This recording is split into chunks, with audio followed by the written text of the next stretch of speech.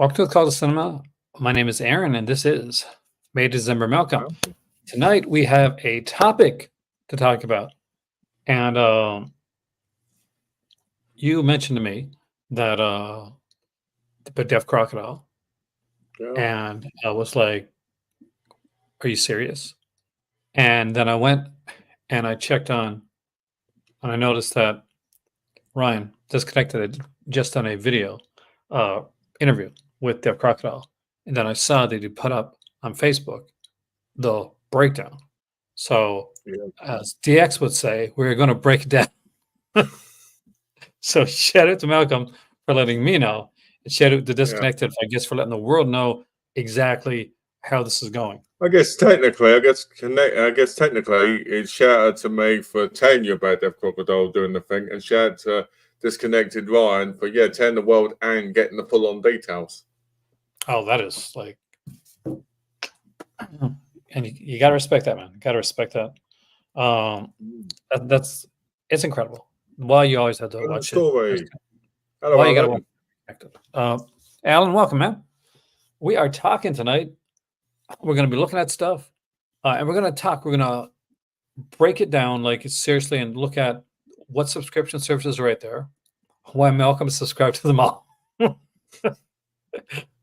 If you'll subscribe to this one, some of the unusual differences between this one and some of the others, and what exactly does it mean to have so many companies leave OCN in the last year and a half? Scary.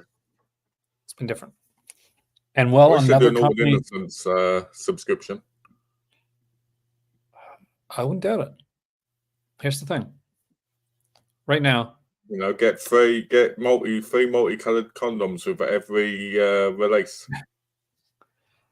I think this is interesting. I mean, like, props and shout out to Vinegar Syndrome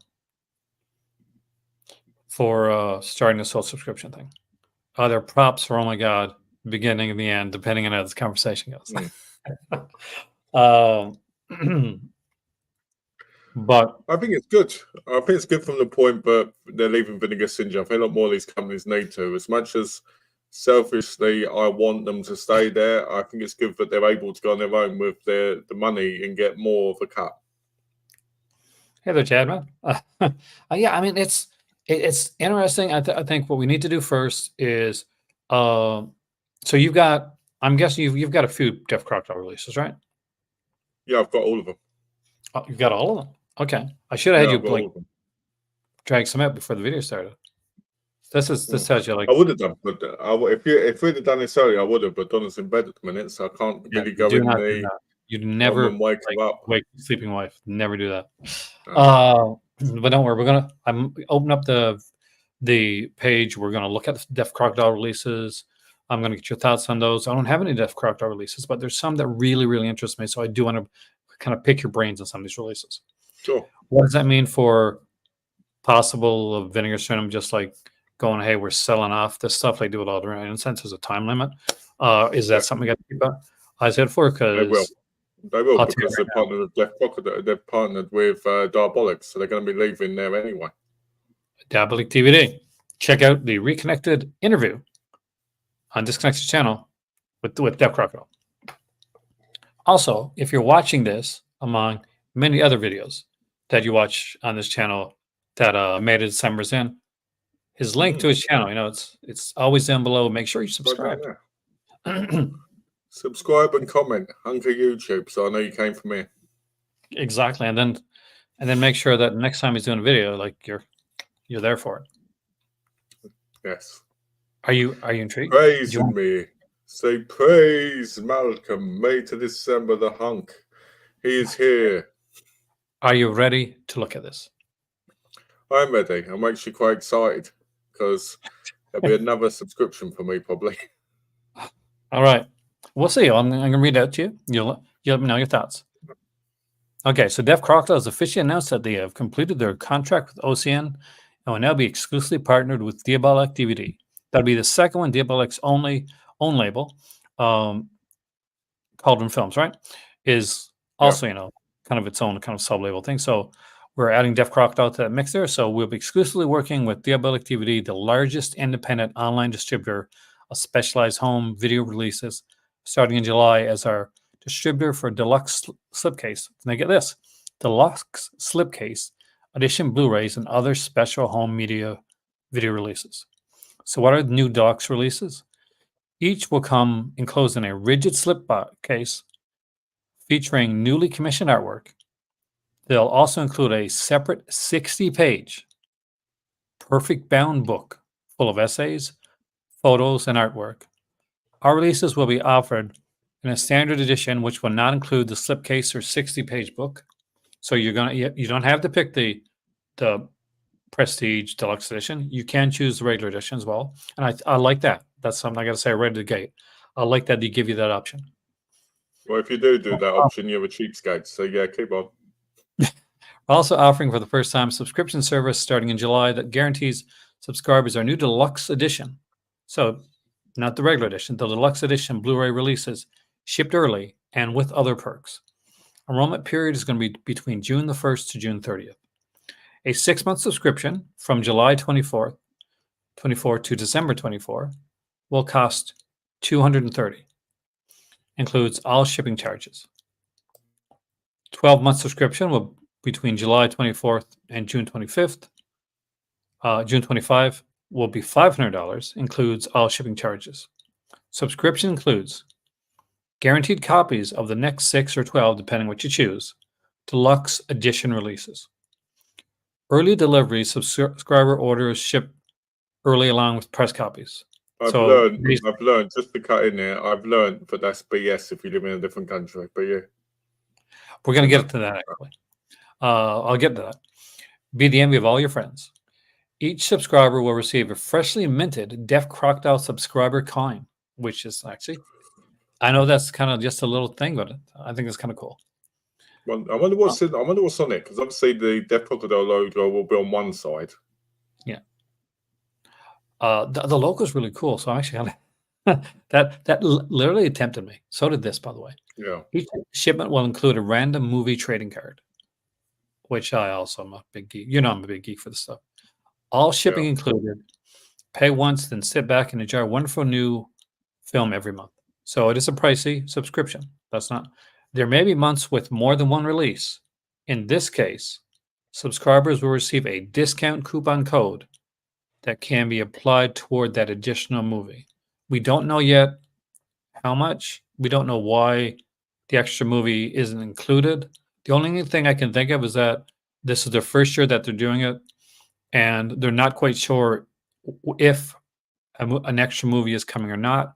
So they've put in cost analysis wise for 6 or 12 deluxes, and if something manages to get out within that time period, there'll be a coupon for it. But it's an interesting way to go about it. What's planned? A box set including the entirety of a young filmmaker's filmography, folk horror, animation, fantasy, crime, mystery, silent films, our first 4K HDR release. So not just a 4K, but 4K with HDR. Films from Belarus, Ireland, Russia, Germany, Romania, the Czech Republic. So there you go. Here's our chance to get Phantom Killer set finally. Probably the sexiest country in the world if you watch adult entertainment.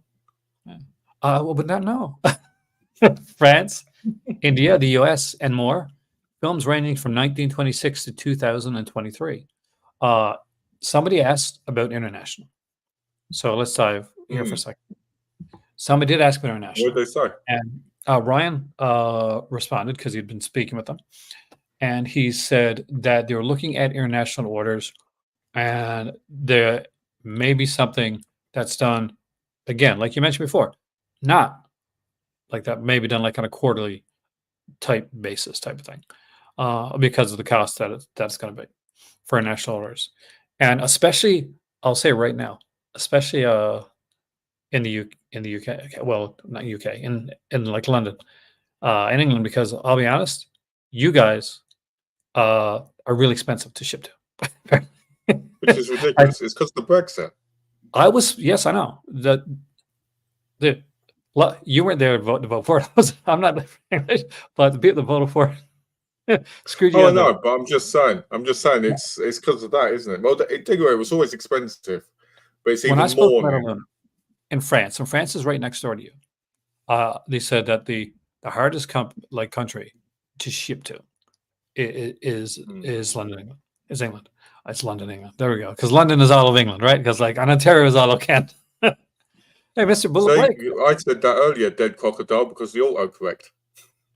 Half a dead croc. Yeah, they release their pure gold. The other half are trash. All of them leaving OCN is going to do is make me 10 times as selective when picking up their titles.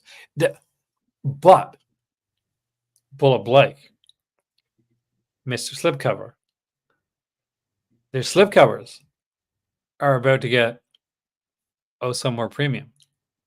And you are also addicted to that beautiful, beautiful slipcover.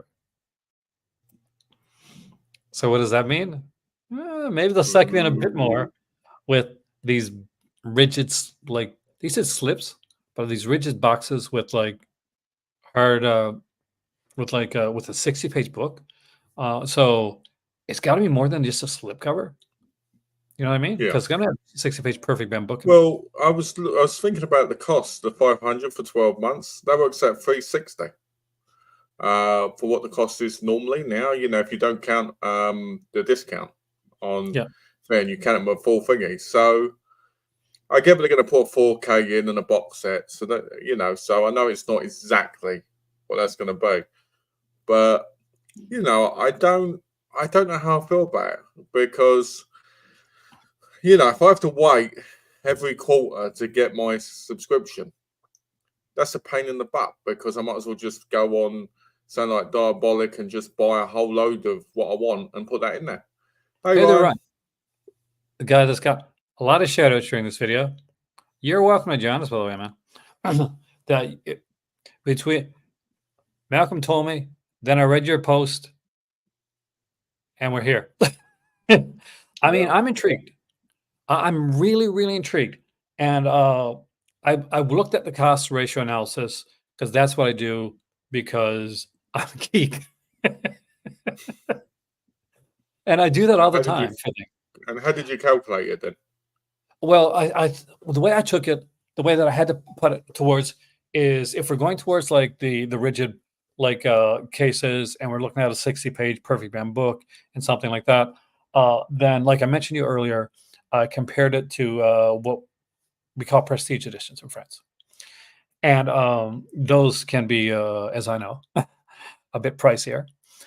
So it's actually rigid boxes then. Rigid boxes with the books in them. So basically, it's going to be like nearly every other company's where they do that now, basically. I think it'll be like they'll do their own spot on it. It's like an Arrow hard box. Okay, well, that's a little bit different then. That's a little bit different then. I said the 30 thing, that's different, because it's a little bit more than that then. But yeah, so that's very different. But I don't know. I don't know. It's another subscription. Would I like the coins and that? Sure, but I need to know more about what's going to happen. Like, I get international shipping, but I need more detail about that when they actually list it. I mean, the thing that excites me about this over certain other ones is I've been eyeing this company secretly, kind of side-eyeing them for a while, and everybody talks about, okay, what's going to come out from them when I'm doing the Vinegar Syndrome streams, and I'm like, because also Hint, you've chatted with Hint, the kind of stuff she likes, so you kind of know. What we need to do, we need to replace you with Hint on the streams. I would love that. If I get, you mean I can go back and play like Conan or like WT before? Yeah, and Hint can sit here and talk to me. That would be amazing. By the way, guys, Ryan here, disconnected again. I said getting this video. Make sure that you check out his interview they did with Dev Crocodile, because that's where all this came out. Because we can get the most information, don't you? Yeah, we're like the kind of the after show, talking about. We're basically the thieves of the knowledge from what happened in there, talking about. I mean, it's got me excited. And it Yeah, got me to look at when it comes to this. Uh, Subscription services are kind of becoming a thing. You're the target audience for this, which is yeah. I mean, I subscribe to everybody, don't I? you do like you're a Vinegar Syndrome subscriber. Um, you are subscribed to Radiance. You Yep, are subscribed to TerraVision at the highest level. yep, yep. Film Are there any treasures others? And which or one? treasured films, whatever they call themselves, even though they haven't released one of the movies yet, even though they were supposed to. Treasured 6 Films. movies this year and haven't even released one yet. So But eventually, yeah, and then ones, and I think out of them, my favourites, they change obviously monthly depending on what I'm watching. yeah. But my favourite is probably Radiance for the sense of actual art films that are like they affect you, they make you think. Vinegar Syndrome on television, I'd put as depending on the month, one might outdo the other, just slightly different. And obviously, I can't judge Film Treasures because I haven't got one of their releases yet. But I have bought their first two, which I really liked. Ooh, there's more coming. Like the like these. Yeah, we need more of the Sampire now because they were brilliant. And the Pied Jet has a Piper, that was question a here, brilliant and one. I don't know, and I don't think I can answer this one on on here. Like, what is it about Ocean's business model that makes it I can tell you advantageous what it is. I ain't in going to hide harnessing? it. It's probably cost. Um, Because you got to remember when you go through someone else, you've always got to give them a cut, and most of the time that cut's bigger, right? Than you want, and then you can really afford. And that's not a surprise, and it's not anything new. If I go and rent a property and I want to sell stuff in a guy's store, he's going to want a big cut of that because I'm in his store. Do you see what I mean? It's like that. uh, yeah, many reasons labels are leaving OCN. It's not just the cost, but that is certainly a part of it. Uh, yeah, some of it, just because I'm not getting me in trouble or anybody, I'm not gonna say too much. I'm But going to say, yeah, I'll say I've heard. right now. I say right now, Vinegar Syndrome are selfish. That's what it is. They're selfish. They're releasing garbage, right? The partner labels have got it all, like the tune and Benny's bathtub. We need all those releases, and we need collector's editions of them redone. It's It's business reasons. It's like everything. There's yeah. always multiple things. If you're a label and you're partnered with somebody, yeah, the cost is bad, and I'm sure that's a big part of it. But at the same time, there's the different possible restrictions. Like I know that was probably the problem with television because look, they're releasing like 4 or 5 movies a month now. When As you saw opposed on Vinegar Syndrome, they were getting maybe one, or maybe a couple out. It's all different things like that. to It's not that hard to really figure out if you think about it. different contracts are going to be set up differently, and to put it like the best way I can say it, like I'm skipping around things, but is that some things in certain and some contracts, and apparently in a lot of them, uh, don't work too much going forward. For me, at this point, OCN seems like a place for a label to go to get like maybe notice, and Yeah. then kind of go off and do their own thing. So I'm guessing that you go OCN's go think here A wrestling prime, scenario. I think. Hello, Alvin. I think Hey, welcome, man. a prime Uh, example of that recently is Umbrella being a pirate label. They don't that's need it, but they're in it. So that you look them up after you've got their titles and you go, wow, look, there's this whole website I can buy from internationally. hey, Master Oh, look Chaos, who's in welcome, the man. house. I was talking to Master Chaos earlier. We were gonna have him in here too, and he's got him. He can't speak. Oh, I can't speak. That must be hard for you. I know it would be for me. When I can't talk, it's a nightmare. I'm like, You know, oh, God. it's from when I can't speak. Hin loves it, but no, I'm not such a big fan of it. Yeah, I mean, like there are like to go to like to move on from that. Just because we can't say we can. Subscription services do tend to be um where things are headed. By the way, Master Chaos just recently video on demand right now, I think. Monster Mash. If you haven't checked it Yeah. out, Check make it sure out, that guys. you do. Also, I was watching a horror hippie, who I've been watching since anybody that watches my channel knows I'm watching her since day one, and I've been shared it on a lot of videos. Intensively. So well, when youth and like and serious that into it at that point, and the fact that she does with her dad too is actually kind of cool. But she was at the premiere of Monster Mash, and Nice. she actually gave it a shout out. Said Jose was a great guy. Okay. Actually, she met with him. Now that's the result. And she makes short films too, short horror films. She just finished one recently that I think is being like being edited and stuff now. And I know. Did she put them on her channel, or did she release them on demand? Like, Wow. is it like, did she put them on Vimeo, or? I've seen I one, don't know. which was actually pretty good, but I can't remember where I saw it. And if I don't know if I had if it was something that I paid on, or something that I found like that she announced. Lots of fans right there really like it, so it makes me. That's the thing. That's the that's the wonderful thing about it. Yeah. Well, the key to that as well, the key for when they really enjoy it as well, is that shows not only did your hard work pay off and the stress was worth it, it also shows for, you could get maybe a sequel, or you could get, another film in the works, which is always brilliant when you're a director. Malcolm Madsen's the guy. There he is. We want them, don't we?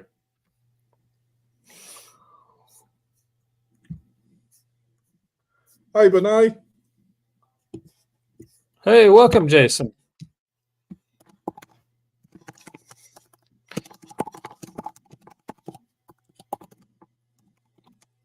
Michael Madsen is a Ahead of my mom. I still think his greatest moment was when he cuts the ear off in Reservoir Dogs. I love that bit.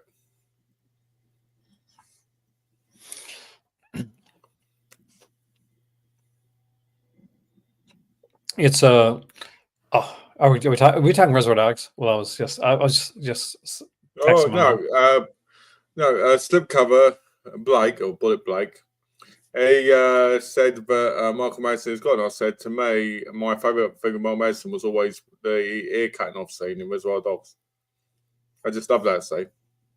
I'm loving all the love here, like the support between channels and stuff like that. It's just amazing. Oh, I've seen Monster Mash, Jose's best film since The Divine Tragedies.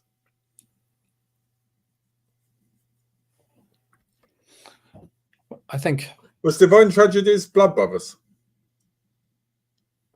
See, for me, hey, Kubrick's here too. Hey, Kubrick. Exorcist is just like chef's kiss. Hey, Chris, we got a bunch of people in here tonight. Did we miss any subscriptions? Yeah, I thought it was the same movie. No, thanks, Benay, for thinking. I like that movie. I liked it a lot, actually. Blood Brothers. If you're ranking them, if you rank those subscriptions as the love goes in over the chat, which I love actually. That's it, guys. Always be supportive of your YouTube brethren. It helps. It's what keeps us going.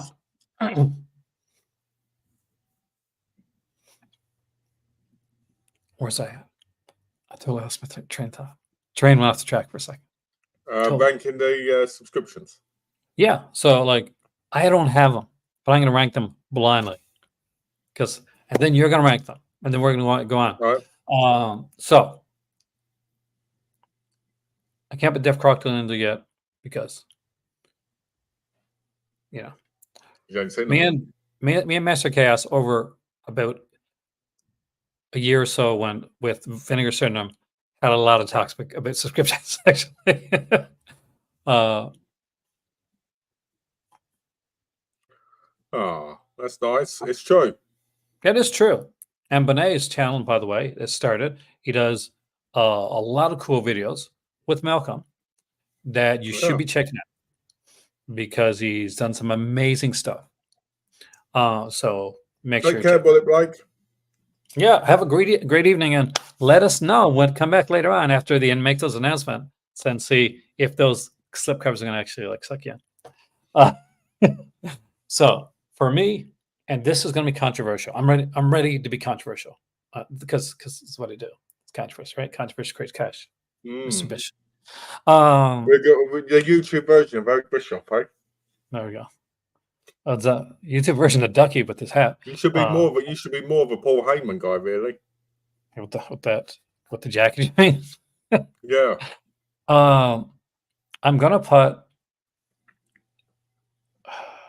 TerraVision. Like all these, I think are good for what they do, but something has gone bottom, right? So I'm gonna put TerraVision on the bottom, not because it's worst, because I think it's one of the better ones, and it probably shows more promise than some of the others. Sure. But actually, no, I'm not. No, I'm not putting TerraVision on bottom. You know what I'm putting on bottom? Oh. You anytime, man, anytime. And anytime you want to come in here, you want to come and join this conversation, by the way, feel free to do so. I can send you a link. What all labels are you including on this list of subscriptions? So Radiance, Film Treasures or Treasured Films, whatever one it is, Vinegar Syndrome and TerraVision. Yeah, there's only 4 that I know of. If you know more Disconnected, let me know. If you know more, let me know, and I'll probably join them tonight. That's not a lie. Actually, Donna might kill him, but no. Oscilloscope. There you go. Mm. Are they the ones that released? Are they the ones that? What did they release? Treasured Films is Film Treasures. They released. They released Satan's Little Helper in the UK, and also released Mausoleum so far. It's a UK importer site.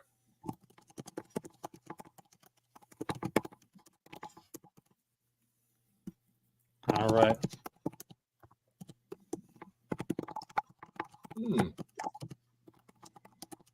I'll have to look them up. Is there any? Because I do have some oscilloscopes. Oh, okay. Okay, that makes sense. I'll look them up later, Ryan. We need to talk with Kevin. I think I'm at that. I know. Is it the Love Witch, or we need to talk with Kevin? You should know we talk about Kevin because that was a very film when it came out. No, I mean if I got it, but like actually got it. Oh. I know I don't count Grey Face as different. Technically, I count it as the same because I can have it in my subscription because they said I could. So I kind of count that in there if you choose to. So, actually, no, let's do that. So let's. I want to get these down there. So we're going to do all these here right now. Jason, by the way, the offer's still open, dude. If you're awake and you want to come in, right there. Same with you, Ryan. I know it's easier to talk on screen. You're both invited. All right, so I'm writing these down. We're doing this right. All right. I got to be honest, right? So you can't really count. I don't know if you can. I mean, it's not that I don't think Grey Face is important. It's I just feel like because it's got one time. I mean, I'd be biased about it anyway because it's a Japanese title. So that's why I point him with the TerraVision technically because it's one title so far. I'm going to put them separately because they're going to be doing different stuff. We put them separately. We can. Because I really like some of the stuff you're doing. Okay, Grey Face, Oscilloscope, TerraVision. Yeah, I know that, Ryan. I know they're different. But they're technically the same company because they work together. Well, I'm just saying, Grey Face is the blanket. I guess TerraVision is kind of like it's kind of like a label, kind of like a partner label. Radiance. So what am I missing? Okay, Oscilloscope, Grey Face, TerraVision, Vinegar Syndrome, Radiance. Have I missed anything? Say them again. Oscilloscope, Grey Face, TerraVision. Oh, Film Treasures, right? Yeah. Which is definitely going on bottom because I don't know what the hell it is. that's not no shade to it. Yeah, nothing's come out yet. It makes that hard. No, it's movie St. Bernard. I don't think I got St. Bernard. You said Film Treasures, right? Or not Film Treasures? It's Film Treasures or Treasured Films. I always get mixed up. They released Satan's Little Helper Mausoleum so far, but they haven't released anything in the subscription. I like Saints Little Helper Towns right now. Yes, I'm 18 years of age. China mailing list, sure, why not? I get sucked down by all this stuff. Okay. All right, is this them? New. I'm finding it soon. Did he put it like? Okay, this can't be that. I think they're supposed to be releasing Revenge of the Mummy. I believe, or something like that. They kind of announced it, but they didn't announce it yet. But they admitted to it in the. Oh, I didn't see that. Sorry, Jason. Oh. I'm worried about seeing like the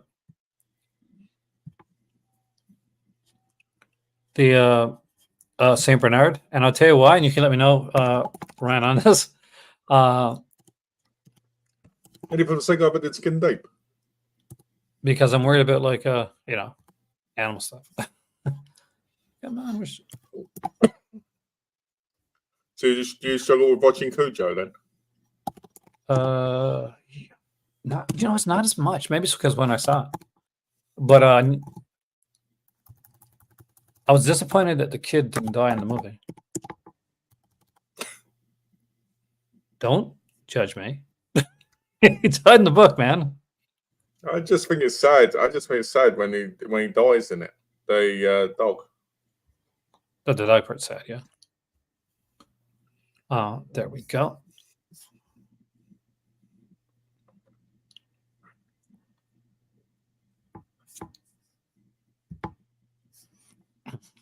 No violence shown towards animals, but there's a prop made. Okay, that's good. Excellent. Your son's karate class. Well, yeah. Oh, nice. Enjoy. Karate is awesome. Don't forget Screen Archives. I just sent Jason the link, so hopefully we get him in here in a second. Nice.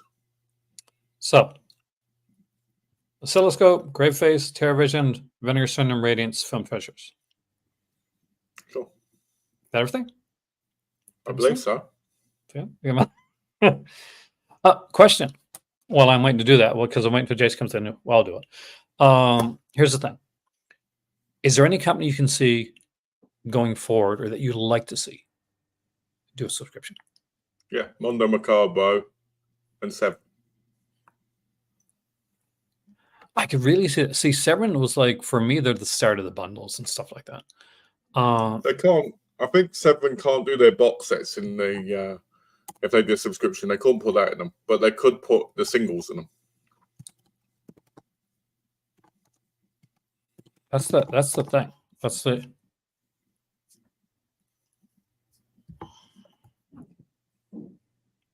I'm trying to find something here. Well, I'm waiting for.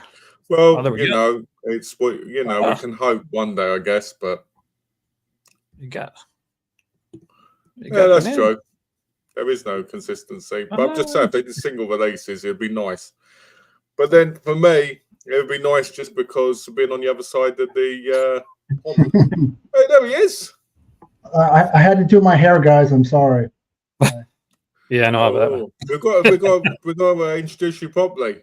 Beneath bloody bits and smoking tets. There you go. Can I say something, Aaron? Of course. That's a vagina. It was really my first two interviews with you that really got me wanting to do a YouTube channel. So thank you. That was actually a big part of it. Oh, well, I'm honored, but you deserve all the cred for what you're doing, and you've done some amazing stuff here so far. And if anybody's here that's watching this that have not yet discovered Jason's channel, please make sure that you're checking it out. He's consistently doing some great stuff, and he gets people on. He has Malcolm on there, stealing my co-host. No one else there. So like you guys do some great stuff together, and I really look forward to watching it. Well, let me just be transparent. I'm not trying to steal anyone. I'm just I need to get you on, Aaron. So you pick one, like you pick your 5 favorite films. We'll do a retrospective on one of them because I really love doing retrospectives. That's kind of my big thing. Well, I'm telling you, there may be a sleepaway camp thing. I'm just saying that right now. It's one of my favorites. Which one? A sleepaway camp. Oh, we should do the series. We should rank them. except for the last one, right? All of them. Return. Oh, you got to put Return Sleepaway Camp. It's horrible. It's horrible. All right. So, what do you think of the subscription? So, we got Jason. I got you right now. Are you subscribed to anything at this point? Like, I know Malcolm subscribed to all of them, except for a Oscilloscope, right? So, what's your thoughts on these? Do you subscribe to anything? I've been a Vinegar Syndrome subscriber for 5 years. That's right, though. Yeah. Just because I know what I like, and 90% of the stuff they put out, I would buy anyways. So it makes complete sense to just save a little bit of money throughout the year. And when January rolls around, I drop $800-900. Obviously, if you're a current subscriber, you get a discount, $50 off, $75 off to kind of help a little bit. And I think it's important for people to save money going into the new year, but also when Christmas rolls around or your birthday, when people ask you, what do you want? Point them over to the Vinegar Syndrome website and say, can you get me a gift card? That will cut into your overall spending. So I end up paying about $700 for my subscription in January because of my renewal discount, as well as my wife buying me some, $100 here. So I don't do TerraVision. They're a little bit too hit or miss for me. I do like maybe 50% of them, but I'm more of a horror exploitation guy, and TerraVision's not just a couple of genres. Even though the name makes it sound horror films, they release everything. So I know Malcolm subscribes to them. I don't feel comfortable dropping that much money. I like to cherry pick their titles. So for me, like the first one, the big credit is to like the Vinegar Syndrome for starting this whole thing in the first place. As far as I know, they're the first company that like really kind of like did that and made it a success, right? And it's incredible to see them like this far down the road, and to see like all these other companies now that are doing that. And we're seeing that as a double-edged sword for Vinegar Syndrome, right? Because one, it's great that they're doing it, but also for reasons, companies had to moved away from them to do their own subscription services, whether it be like TerraVision or like now it's going to be like Deaf Crocodile. Deaf Crocodile is one that does interest me because more like I'm an odd duck, and I like some weird films, and I've been wanting to grab some of their stuff recently, and this really intrigues me. Actually, that Vinegar Syndrome idea that you had about like asking for like gift cards and stuff like that, I did that 2 years in a row, and so Jason, the problem that for me is that then the sale would come, like I'm gonna get a subscription. I'm totally gonna get a subscription. It'll be like, but there's all these movies I want to catch up on, and now I've got a good Vinegar Syndrome collection, but I only ever had that 6-month subscription. Well, I noticed that Chad over here said he would feel imagining sending his mom to get a gift card from the Vinegar Syndrome site. Imagine sending your mom to the Mezzanine site to get you a gift card over there. That's what Malcolm, you would have that subscription.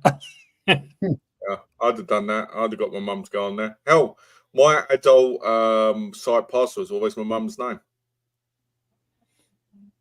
Well, I had like what's it? I had a couple of movies sent to like that was mom. Oh, mom's not watching. So, at my mom's house, and it's like they were like kind of like they said, hopefully mom doesn't open up this package. Oh, she won't watch that stuff. Hey, look, there you go. That's not what you're expecting. I'm sorry, dude.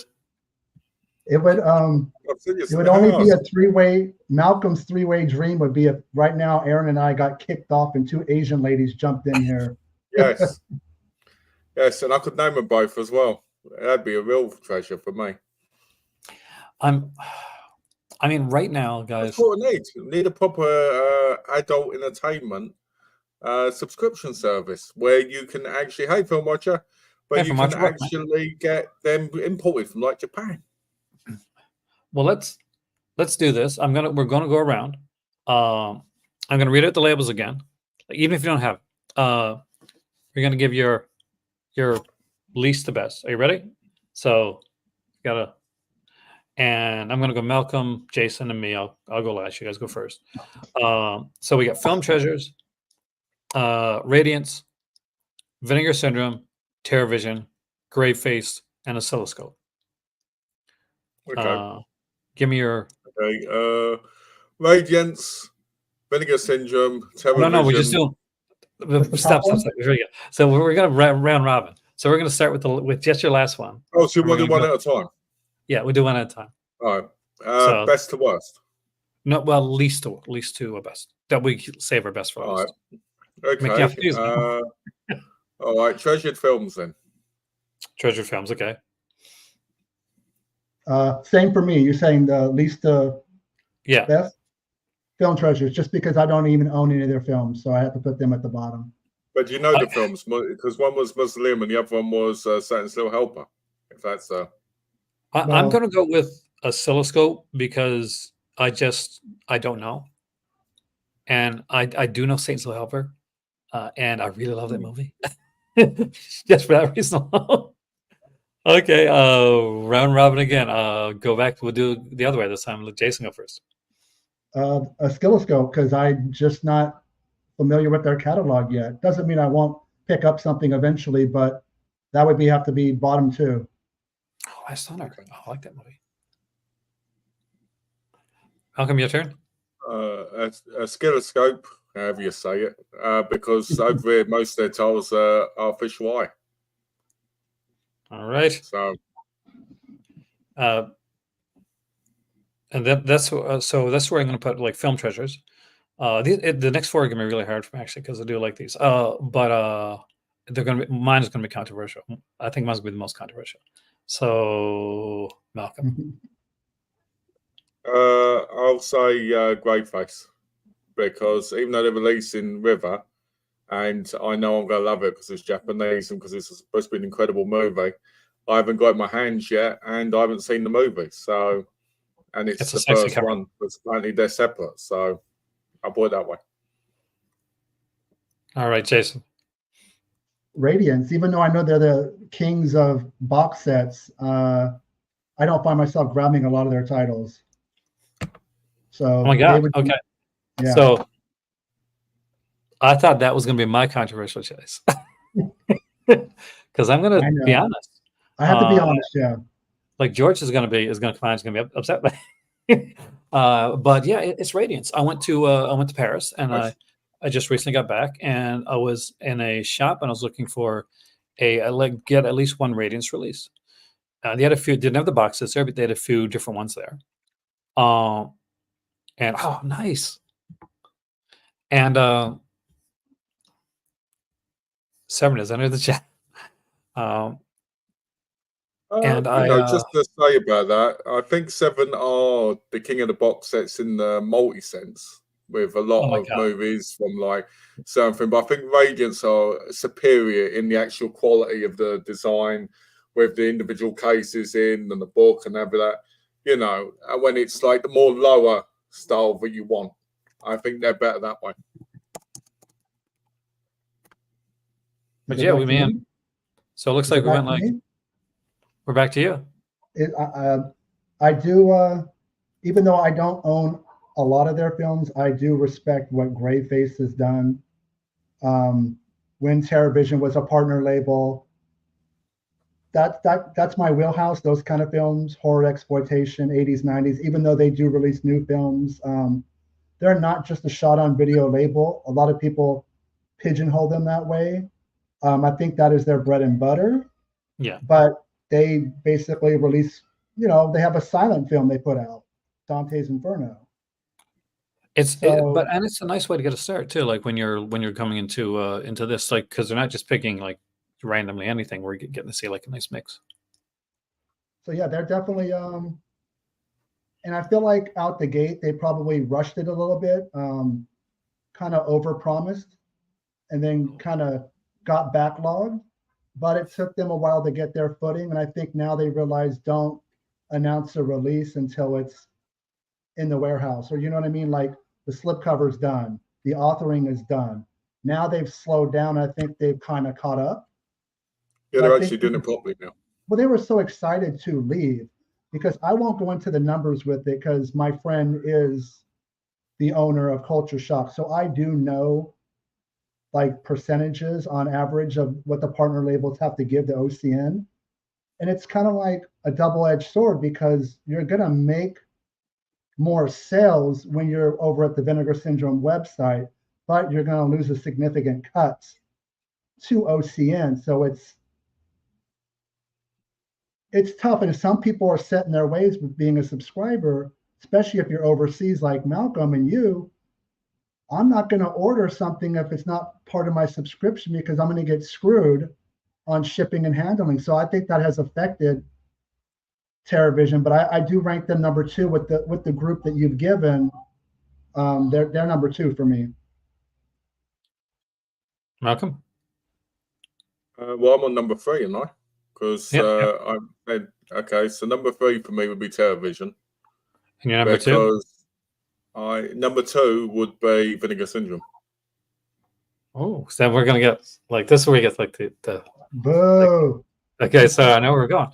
So for me, it's Great Face is 3, TerraVision is 2.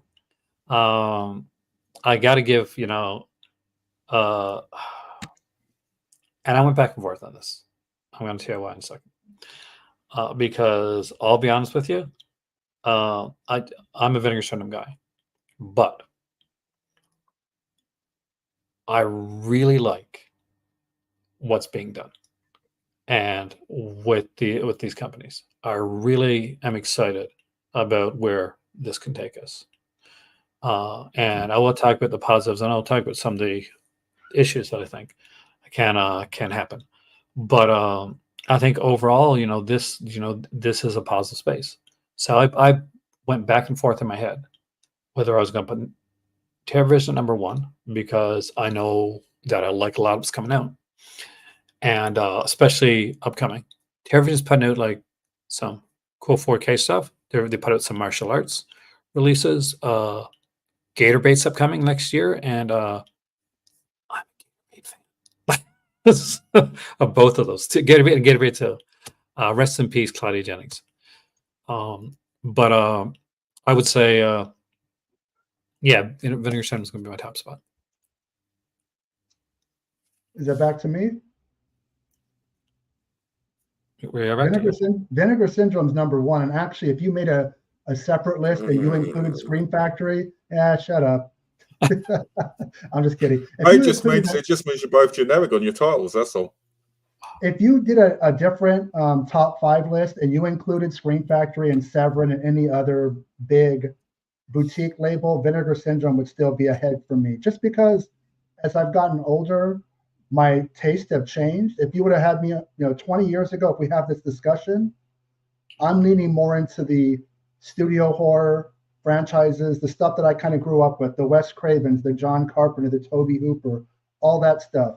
But now that I'm a little older, I've spent so many years invested in those films and those filmmakers that I don't buy a lot of Scream Factory stuff because it's basically, other than a few titles here and there, they're regurgitating another Child's Play from DVD to Blu-ray to 4K to Steelbook to whatever else little trinket they can throw in there. Vinegar Syndrome, people have said, oh, they're not as good as they used to be. I mean, what world are you living in? Their movies are no different now. Actually, they've gotten better because they used to be, an adult brand. That's how they built their empire, right? And then they really realized that horror and exploitation is what makes the money. Horror and exploitation is what sells. People are like over at the Melazine site, why are they not releasing as many adult titles? Because they don't sell as well as the horror. It's a matter of money. And they're not just you know why, didn't you? Because people don't need to buy them. They can just watch them free on classic p.net or whatever it's called and watch it on there. Most people don't care about the HD element. And the, Oh, and You the having sub, thing, you just care about what's happening. You don't care about the quality. and the sub labels, you have VSA, VSU. VSU is more mainstream, kind of Cloak and Dagger and Beastmaster and those kind of films. And you're getting a lot of action films like, Cynthia Rothrock and Billy Blank. So there's something for everything at Vinegar Syndrome. And if we redid this list with Severin, Severin would be my number 2. Not to get too off track, I have a problem with their prices, and their shipping and handling is out of control. So there are times I will give my money to Jeff Bezos to save myself money. I love slipcovers, but they're not the, I don't worship at the altar of slipcovers. And I'm not paying $60 for a 4K. That's not even counting shipping and handling. I love Michele Suave and The Church and The Sect and Della Morte Dell'Amore. But do I need, I'll wait till a streamlined version comes out on Blu-ray, which they're doing. And it's probably going to be $15, $20 cheaper. And if I pick it up from Amazon and I don't pay shipping and handling, I know that might be a controversial take, but at the end of the day, I got to worry about paying my bills and not worry about what's. Well, let's be honest here, right? Yeah. Most Severin stuff never runs out of stock. It never goes out of print for like years, most of it. So there's going to be a sale. I mean, you could save even more money if you bought from oldies and waited because they have 50% off sales. So those discs you could get for like $17 instead if you waited and looked on there when they had the sale. So it'd be even cheaper than buying from Amazon. For me, for some releases, I can do that. But I guess for companies that I really like, that I'm super into, especially when I was in Canada. Now it's a lot harder because I'm in Morocco and I have to fly somewhere to get movies, like literally. But when I was in Canada, you should go to Paris sometime. Parachute, Malcolm Parachute. Jason, if you ever get in there, man. But I would so if I saw something really good coming up and I'm like, okay, I want to see more of this, then I would take the crunch. Same like for certain, like I go to brick and mortar for certain things. I buy in sales all the time for like back stuff I needed, stuff that I could wait on. But if, for instance, if I would have been in Canada when Emmanuel came in, I would have pre-ordered that ahead of time, like the Al Amson said. When Severin did something like the Al Amson said, and I'm like, for me, and this is going to sound really weird, because I got the Ingmar Bergman set right up there on my shelf up there, and I love Ingmar Bergman, but Hin hates him. But for me, like Al Amson was a bigger deal of a set to get than Ingmar Bergman, because I could guess that there's going to be some type of Ingmar Bergman set or series of sets come out. Well, they all because he's a well-respected director, more so than Al Adamson. Not because they're different directors, but what I'm saying is you're more likely to get Ingmar Bergman stuff released. Yeah. Then it's more important in a way. The fact that, like, okay, there's a company out there that's not going to not just put out a 4-movie box set or 3-movie box set or put out a bunch of different boxes you can buy over time. Wasn't it? No. Yeah. There's every single film in his collection. They did it and did a massive documentary. Dave Gregory did. It was a well lauded documentary, and they went on from that to do like Andy Milligan. We know how you feel about him or not. Same with Ray Dan Steckler. And again with the full core set, which I think is one of the best things that was ever put on, like ever printed on disc. And now the Manuel set, which is another love-or-hate type thing. Don't get the clothes of Bruce set. I know they're not some of the best of the Bruce films, but hopefully by volume 2 we get some better ones. So yeah, did we get everybody's number 1? We did. Vinegar Syndrome for me, Vinegar Syndrome for you, and I'm guessing Malcolm's. It's Radiance because that's by process of elimination. It was very good. The only reason I didn't pick Vinegar Syndrome, to be honest, is because I feel like most people would pick Vinegar Syndrome.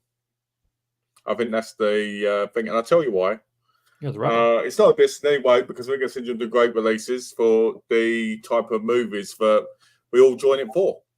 I just think that people would pick Vinegar Syndrome because it's probably the most famous subscription. It's also the easiest one probably to get, but everybody would know. And you get a good discount. Television, you get $25 off when you renew. So that's not the best discount to renew with. So most people are going to always remember Vinegar Syndrome. Plus, Vinegar Syndrome do so many different things throughout the year. So people would pick that, and if you're in exploitation and you like basically what Benet said throughout his whole thing about it, that's always going to be the more popular one in my view. For me, I picked Radiance because I like the fact that it's very different, and I like the fact that they're releasing movies that are not everybody's cup of tea. They're not the type of movies people remember because of maybe some violent scene or some exploitative thing, but because it has the type of cinema I've always dreamed of being released, like a lot of the Japanese stuff. It isn't just blood and all this, And I like that. I like the fact they release movies from all over the world, but are kind of not realised by Americans, not realised by English people because they're not been released here before, and I like that. As a Vinegar Syndrome, I like the fact that they release a lot of stuff as well that I've never seen. But a lot of that, when I watch it, it doesn't leave as much of a mark on me as Radiance. Radiance titles, I feel like, not all of them, but a big chunk of them, I feel like I could watch them again and learn something different. As with a Vinegar Syndrome title, I feel like I watch it and I could watch it again, and yeah, I could enjoy it, but it doesn't feel as premium to me because it hasn't got that nice book in it that I can read and look at as much as the Vinegar Syndrome has to step, unless it's obviously a special edition one.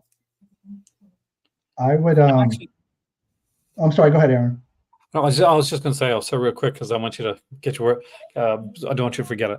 I was just going to say I'm actually kind of surprised that they haven't done more with booklets, but in a way, I guess they have just to put them into the sub labels like cinematograph and stuff like that, and VSUs. Yeah.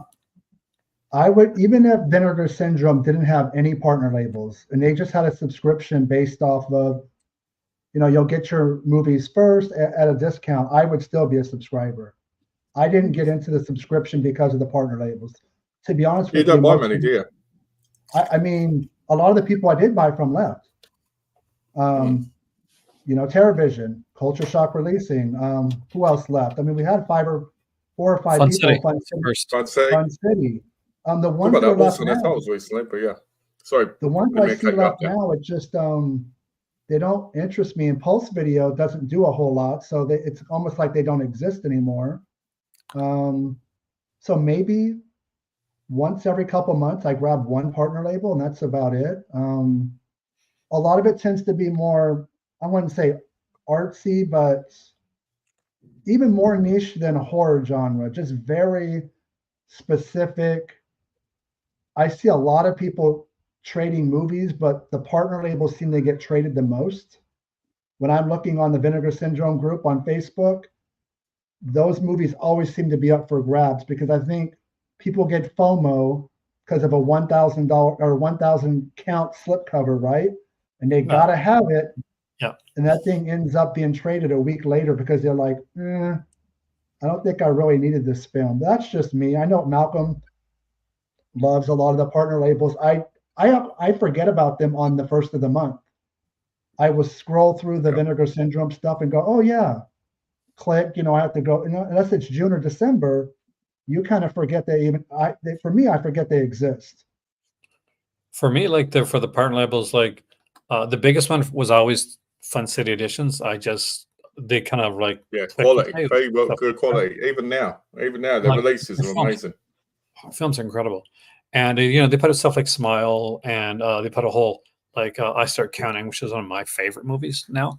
One of those that I discovered, and I'm like, oh, this is so good. And I almost picked up another David Green film when I was in Paris. Actually, Pulse does do a bunch of stuff, Jason. It's just that most of the stuff that they do that over in France is actually same as a Severin title. So Raiders of Atlantis and all those type of things that are in Severin in North America.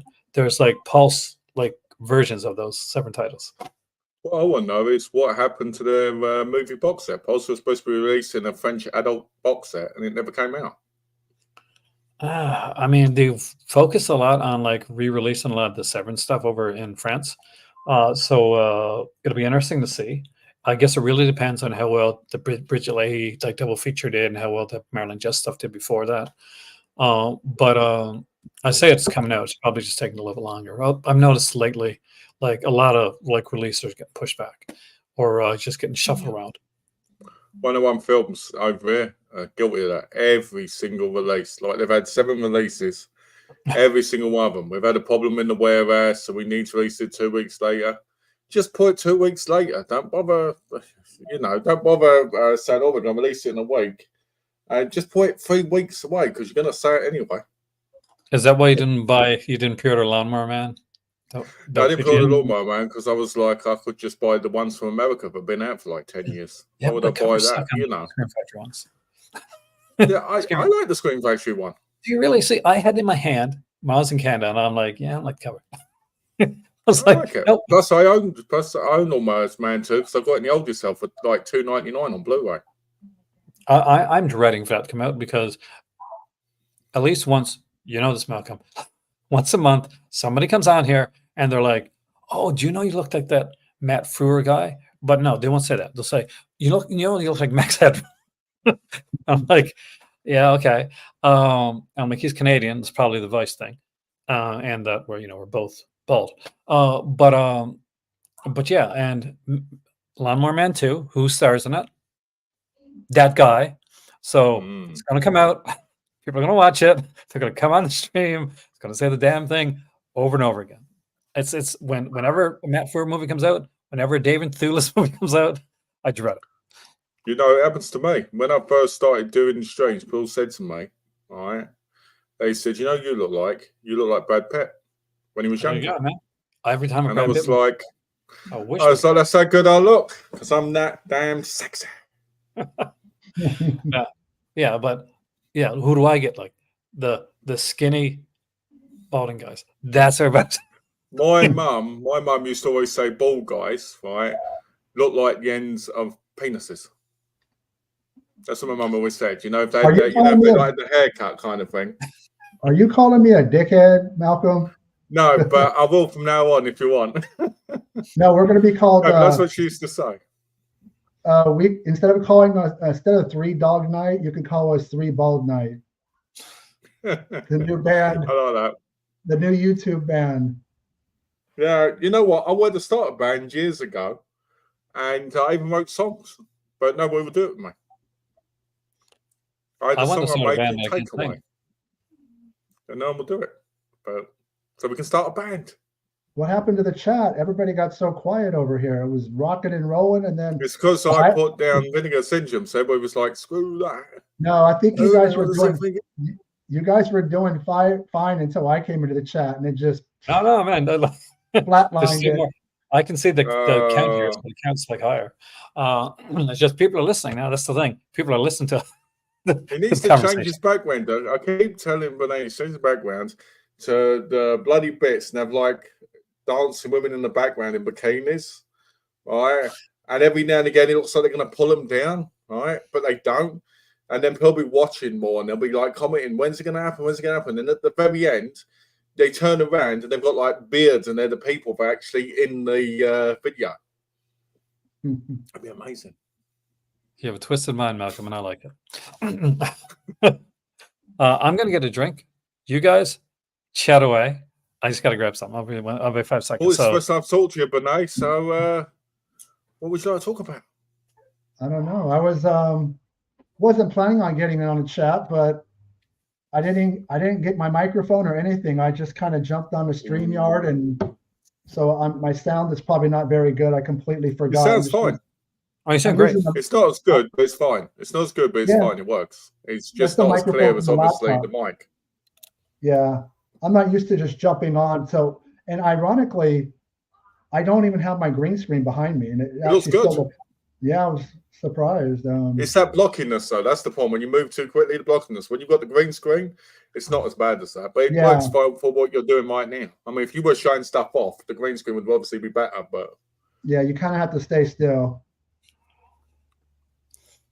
I'm being very careful. I got a cat right here, and I'm so worried she's gonna like jump on the screen. She's a bit of a terror. There she is. I can see her ears. Hey, murder cat, move over here. Hey, pick cereal. So what's the subject? What are we going to talk about? Well, what we're talking about before is, and what I want to get your thoughts on is, okay, first, and I'll go first with this one. Who do you think the next two companies that are most likely to get subscription services are? And So not wishful ones you think will. Things that actually might actually make jump to the boat. And I'm going to make bold predictions. So if the subscription service keeps on working and works for, and we see it working for straightforward, I'm not going to say Severin, because I just think it's too frenetic for Severin right now. I am not going to say Altered Innocence, though I would like to see that. What I am going to say, I'd love it if they did it and they sent like posters with it. Like, full wall posters of like characters from the films in like trunks and stuff. And they send them, and then I'd love to put them on my wall in the bedroom. oh yeah, Donald. I'm going to say Criterion has an ability to do this. Criterion is a wait and see company. They're wait and see for Blu-ray, they're wait and see for 4K, and they're wait and see for this. But if this really starts to work, I can totally see Criterion doing this, especially the way they're set up. The other company that I'd like to see do it, but I don't think will. So give one that you think will, and give one that you will like to see, but they won't, is Mondo. I like what Jared does with Mondo Macabre a lot. Really been a big fan of them for a long time. We did a Christmas one year, a Mondo Macabre Christmas, I kid you not. And where me and my better half bought each other Mondo Macabre discs for Christmas because she's a massive fan of them as well. Oh, nice. And Aaron, it's my choices. My choices are, I wish Severin would do it. I don't think anybody's going to do it because Criterion's been around for so long that they make so much money. They don't need a subscription service. Severin cares too much about their bottom line to do it as well. And Screen Factory, please, they'll never do it. So in my opinion, I don't think anybody's going to pick it up. I think Vinegar Syndrome will continue to do it. The people that are already doing it will do it because obviously it's working for them. If not, they would have canceled a long time ago.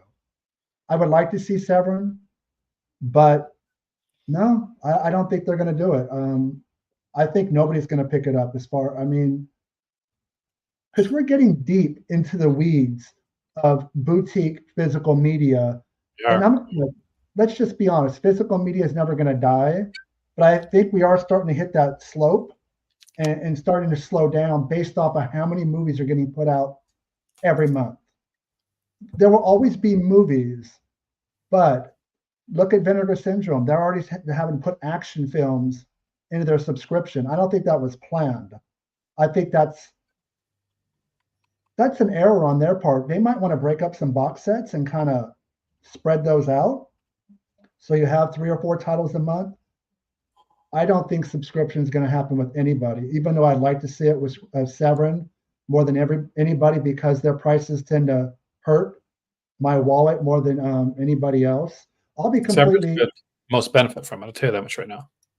I literally just got a package from Amazon today of 3 Severin Blu-rays. It was Blood Moon, Spider Labyrinth, and Raiders of the Living Dead. I would have liked the slipcovers. I would have liked to order directly from their website. But the difference was if I ordered from them with the shipping and handling, I would have cleared easily $100 US dollars, maybe 120. I don't know, give or take. With this from Amazon, it was like $70. And yeah, I don't have the slipcovers, but it's not the end of the world. So I don't think anybody's going to pick up subscriptions at this point. You're getting ahead of my next question, and I like that actually. Malcolm, what are your thoughts? I think Culture Shock will. I think Cold Shot will, because I think this year alone has shown how many releases they can release. And I see them doing a subscription. Actually, I see them announcing it after the next release. And I'm going to tell you, three releases in a year, I'm down for it. $600, I'm there. So that's the one I think will do it. They're not The going one to do I don't think will do. They're not going to do a subscription. They're going to have to do a Kickstarter or Indiegogo just to put out a movie.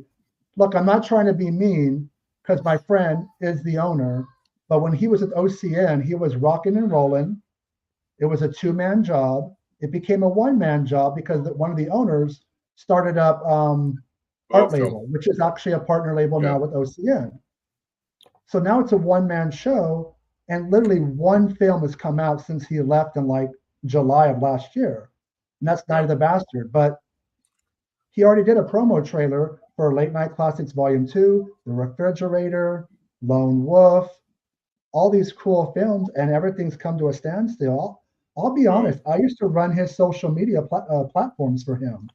I would go into the Blu-ray.com forums to get people excited, and I did that for 2 years, not expecting anything. So I'll just be absolutely open about this. Not that it matters, but I stepped away from helping a friend because I thought at some point maybe he would invite me to do some extra features for him.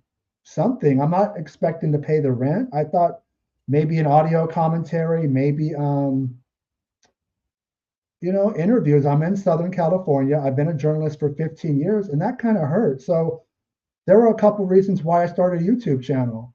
One of them was doing interviews with Aaron, with Ryan at Disconnected, with Greg at Fanzine, with Heath at Cyril at Midnight. But it was a combination of actually trying to promote his company and feeling burned that I'm tired of being underneath somebody else's schedule. And I said, the only way I'm going to be my own boss is to start my own YouTube channel. So it really wasn't trying to undercut anybody by doing it. It was, I just want to be able to hop on when I want, bring on who I want, talk about what I want, and not to have deadlines. Even writing for Delirium magazine, it's only a print magazine that's run 4 times a year. I got opinions that go beyond just 4 times a year. Don't get me wrong, I love it, and I will stop doing it only when the magazine Charles Band decides to get rid of it. But anyways, that was a little bit of a rant on my part, but I figured I don't owe anything to anybody, and I'm just going to come here and tell you this is what went down with Culture Shock. And I'm not saying me not helping has hurt them. That's up to the owner. I don't count the money. I don't distribute the films. I don't get the rights to them. That had nothing to do with me. I wish Culture Shock well, but it's not looking good when you've only put out 1 movie in about 8 months.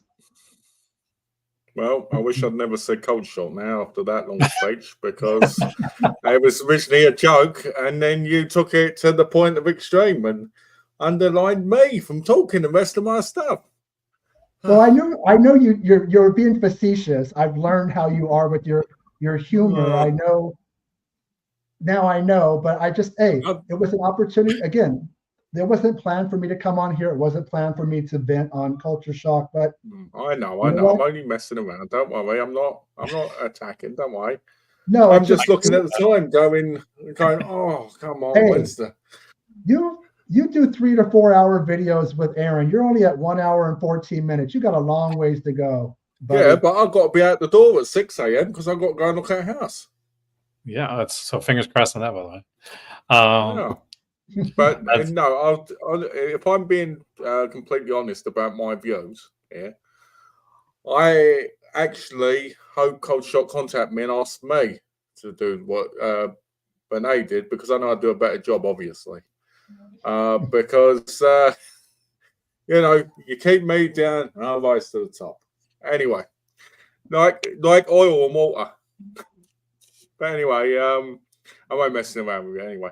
I would say I hope the Altered Innocence does one at some point, because I love all their films, even the most weird ones. I just enjoy them. I've got this love for LGBT cinema that goes beyond just film. I just enjoy it. I just love feeling and looking at the other side. Do you get what I mean? Like the other side, whether it's the hardships or the things we don't think about, but people go through in that community. And I like that. I like seeing some of the.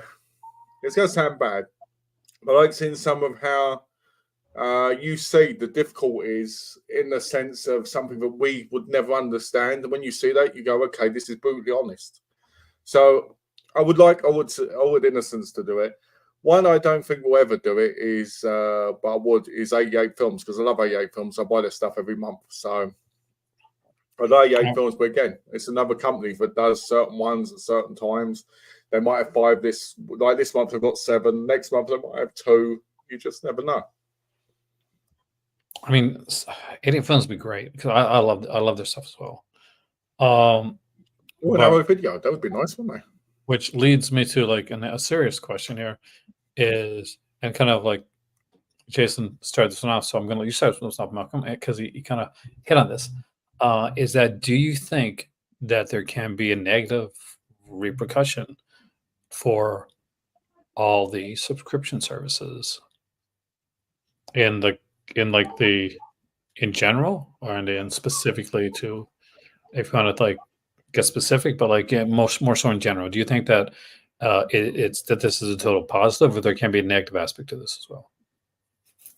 Besides Vinegar Syndrome and Great Face, who else does subscriptions for physical media? Radiance, Oscilloscope. I didn't know that until today. TerraVision, and Deaf Crocodile, which is actually the one I'm most interested in. Oddly enough, that's the reason I actually made films. But they're small because it just started. So I don't think it's a negative, because only people that are hardcore physical media fans even are aware of some of these companies you mentioned, to be honest with you.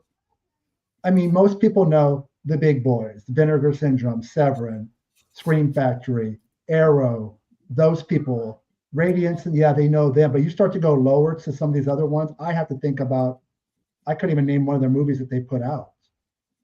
So no, I don't think the subscription thing is, I don't know. It just, the only negative is, and I've thought about doing a video on this, is people are buying movies just to look, let me rephrase that. Some people are buying movies some people are buying movies just to look cool. And they're the same knuckleheads that sell the movie. And I don't think they're flippers per se. They're in the groups on Facebook, and literally the last Slumber Party just came out. It's still shrink wrapped and they're selling it. Why did you buy it? Was it to look cool and you had, buyer's remorse, and you're like, oh crap? Because look, one thing that people in the physical media collecting community never speak of is finances, because money is a very uncomfortable subject to talk about. Some people are putting it on credit cards. Some people are putting on pay in full. I could say that because I was in debt up until 2 years ago. It wasn't all because of physical media, but that was the root of the problem.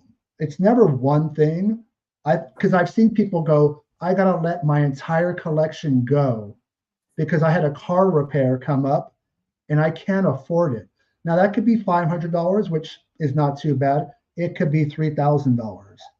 But my guess is people have not set aside money for their bills.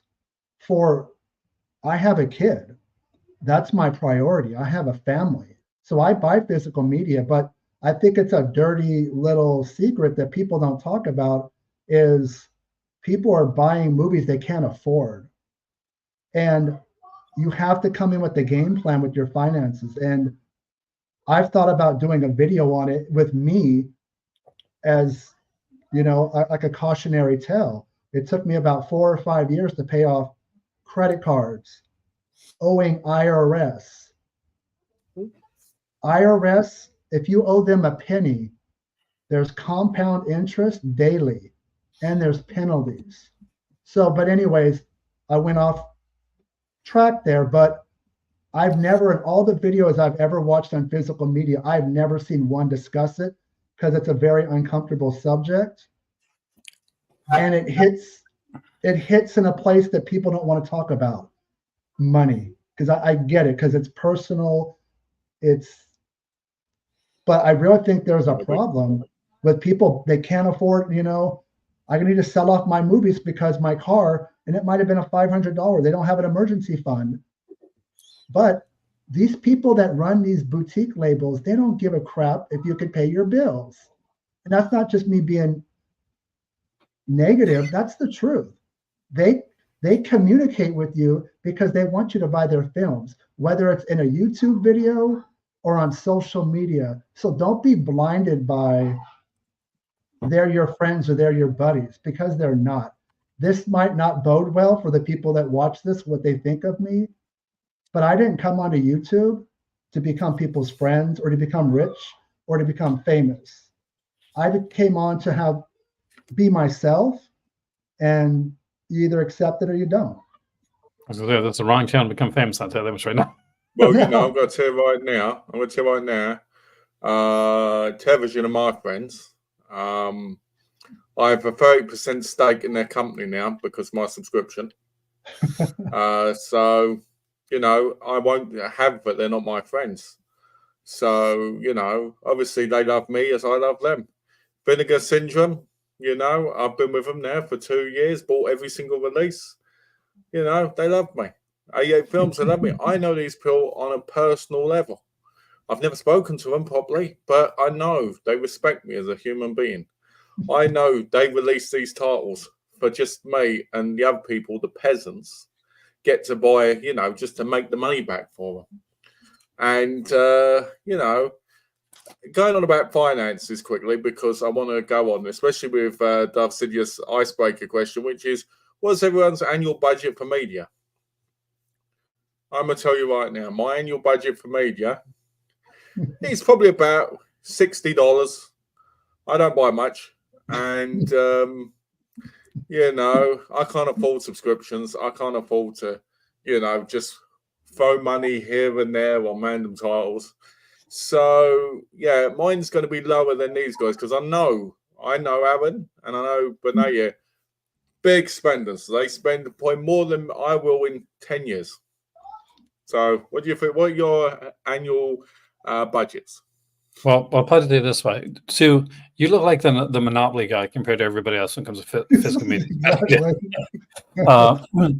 But for me, it hits into like another aspect of it, which I think which I've talked about before, and I do like think is a problem, and it is the fact that of people like Jason mentioned, people buying and selling the next day, and I think a lot of that comes to the speculative market. It's the same thing we had with comics. It's the same thing we had with baseball cards.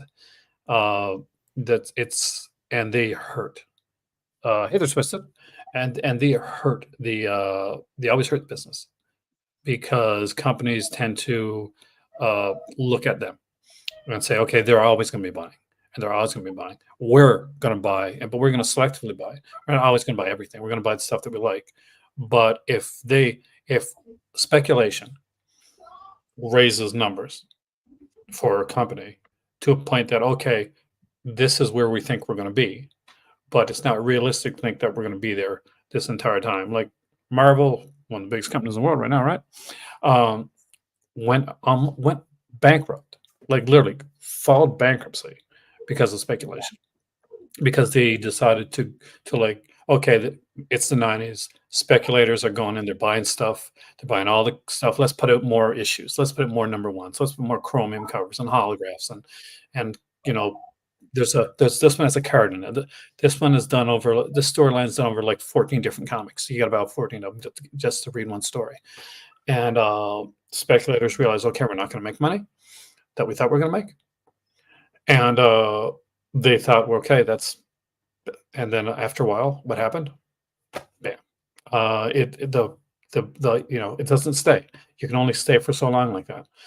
For me, physical media is going to be a thing. It's going to be like record shops, where we're going to see stuff, or stuff's going to go online, and we're going to see more physical media stores. We're going to see more places like the record stores, except it's going to be more physical media. It's going to be it's going that way towards. It's a niche market doesn't take away from physical media. It just means it's going in a different direction from the casuals. But I do think the casuals will always be there. Like, for instance, people wonder if Walmart, is going to stop carrying physical media next year. No, the opposite. Actually, they're going harder. We just keep holding on to the same old shit over and over again, and re-releases. So everybody buys the artwork slipcover, they buy the Luminous slipcover, they buy the Steelbook slipcover, they buy this, But they do that. That's the thing. And they've started working with other companies. TerraVision's got like something at Walmart. There's some other companies that are working on getting some stuff into Walmart as well, and that's why they're doing the Steelbook push. They also bought out Best Buy's stock as well. And that's, if you're in the United States, Jason, if you're in the US and you go to your local Walmart, in that dump bin, a lot of like 4K Steelbooks are kind of ending up there. And do a video while you're in there. I think, as the guy that's in the United States where there's so many Walmarts and Targets, and I know Best Buy stopped carrying physical media, those places are dead, guys. Dead. And you want to know what your proof is? You don't have to go in the store. Watch one of Brendan Mitchell's or Sean C. Phillips' videos on New Release Tuesday. Look what's in stock. Nothing. A few new Steelbooks. Whoop-de-doo. Are there any customers in the aisles when you watch those videos? No. Yes. I see. I'm the guy who worked from video stores for 1992 to 2006, the heyday of VHS and DVD, and right before Blu-ray blew up. There is no need for anybody to go into unless you're a Steelbook person. There's no reason to go into any of those video stores and pick up any of those films. I'm going to be honest here. Because we live in the era where I can click a button on my phone and it could be at my doorstep the next day or a couple of days. I think nostalgia has blinded people to the reality that video stores will never be what they used to be. No way. Never going to happen. This is not the 80s and 90s. It's 2024. I've been into video stores. Unless you go to Amoeba up in LA or Northern California, which is kind of like a video store, but they're not renting. They're selling records, tapes, VHS, Blu-ray, 4K. Yeah, there's the archive with Vinegar Syndrome in Colorado and Canada. But if we're talking Blockbuster Video, Hollywood Video, Suncoast Motion Picture Company, no. I'm surprised any of these companies carry physical media, because I don't imagine it making them a lot of money. Why do you think studios have jumped onto streaming?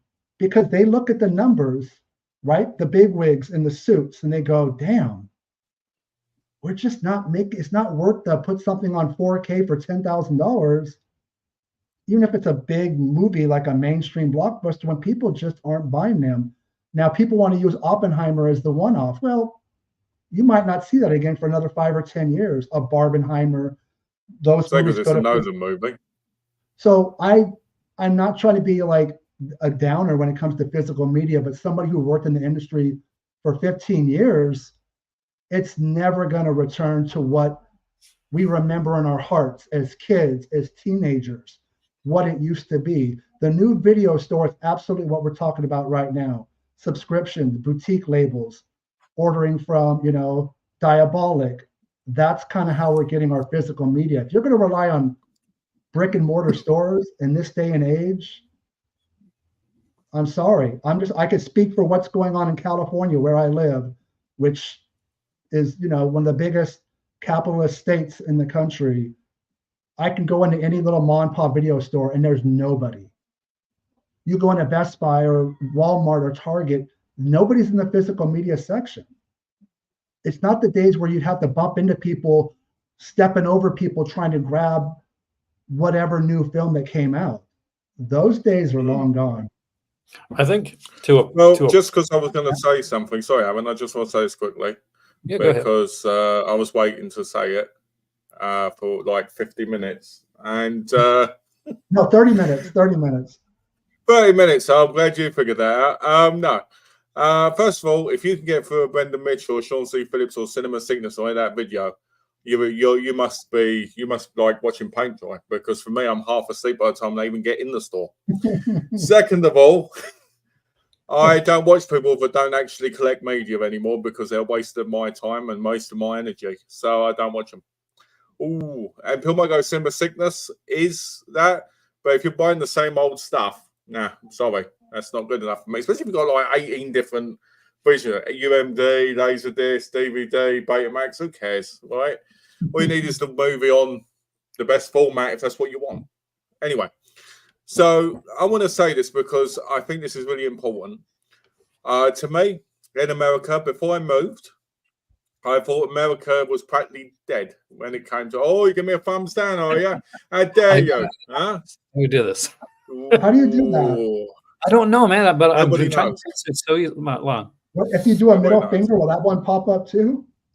Let's find out. Boom. Nope. No, but it worked for Aaron. I've never seen that in a video before. I did. It It happens to him all the time when he's talking for some reason. Yesterday or the day before, it was happening non-stop.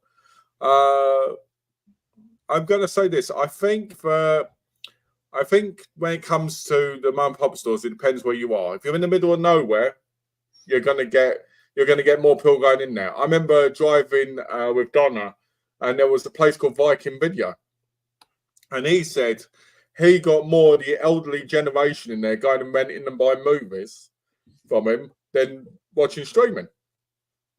But from what I see in stores like HMV, it's absolute garbage now for the most part, unless you go up to London where it's a big city. Then they'll have a bigger store that you can go into. But on most of the places here that are not that have the same old junky stuff in them. So I find them to be a bit, The other thing is as well, is these companies, I think you can always tell the people, the casual buyers who buy the latest big release, they don't matter. They don't matter to the movie community in the sense of these studios, because they're like, okay, these people are the same people that pay ridiculous prices to go to the cinema to see the latest movie. This, if they do release them, they're just like, okay, this is ice on top because it costs us not that much because it's from our own studio. That's why when you get a boutique label, it costs probably a little bit more, and that because obviously they're licensing it and so forth. Now, the video rental store situation, anyone who wants that back is a bit of a mug, in my view, and I'll tell you why. Because it's a thing of the past. It always will be now. I see in this country there's only 4 video rental stores left. If you said to me, are any of those successful? I'd say they're only successful because they get the boutique labels in. They're not successful because of the old media they've got in there. They're not successful because they've got VHS. They're not successful because they've got DVD. They're successful because they might have the latest 7 box set that people want to rent, right? Which doesn't say much for your store. When you're over it, just says, oh, you've got that one thing that we can't be asked to go and buy ourselves. So I personally think for people who expect Walmart to be the savior of everything, I'm a little bit deluded, because whenever I see Walmart, either their shelves are empty because they can't be asked to put stuff on the right day. They have like multiple sips. Like I watch, what's his name? Durant Cinema, right? He goes into Walmart and he must have bought, in the year I've watched his videos, he must have picked up like 18 different alternative slips for John Wick in there, right? And to me, stop doing that. Instead of getting all that slip and pointing the same old movie in it, put something else out. Those bins that you're talking about, Aaron, they're great, right? If you haven't got those movies, or you care about seeing them for the first time, like if you're a new movie goer. For me, when I used to go and see those bins, it used to look like the same old garbage constantly, unless there was the great still book in there, but someone wanted to say, you know. Can I respond to what Ryan said about most of this country is not huge markets like New York City and LA? True, they're not. But perhaps people in Middle America's internet connection is not as good as everybody else's when it comes to streaming, which would kind of force people into going to a physical media store. Look, 20 years from now, there will be video stores in some capacity. People that said vinyl was dead when CDs came out and downloading and stuff, said it was going away. And I see people picking up beautiful releases with, you know, colorful artwork. And no, there will always be some form of physical media stores. But what I'm saying is that golden era is done. As far as going and getting in your car, going to a location, and literally spending an hour or two there talking with other cinephiles, picking up movies. We do it different now because the technology has advanced. We're doing it from literally our laptops or our phones, right? When you see people do haul videos, unless they're going to the archive or something, right? Or Amoeba, they're like the way Malcolm gets his films, it's getting shipped to his house. And he's got these big hauls, but they're not things that he can go, the golden era was 2005. It's true. But let's be honest, most of the stuff I buy, I can't get in the shops anyway. And Well, because of that, why would I go to the store to buy stuff that I can't buy? And I'm sorry, one copy of Malum at Walmart does not justify, like, I'm going to go get excited. Like, that's great for them, but that's nothing. As Peter Day would say. But I digress. The thing is that, well, as far as like the Walmart thing and all that goes, they're going to put out the stuff that they're going to put out. It's no longer on a weekly basis. On, you know, new release Tuesdays is gone. The new setup for that, by the way, is on a bi-monthly basis, like twice a month.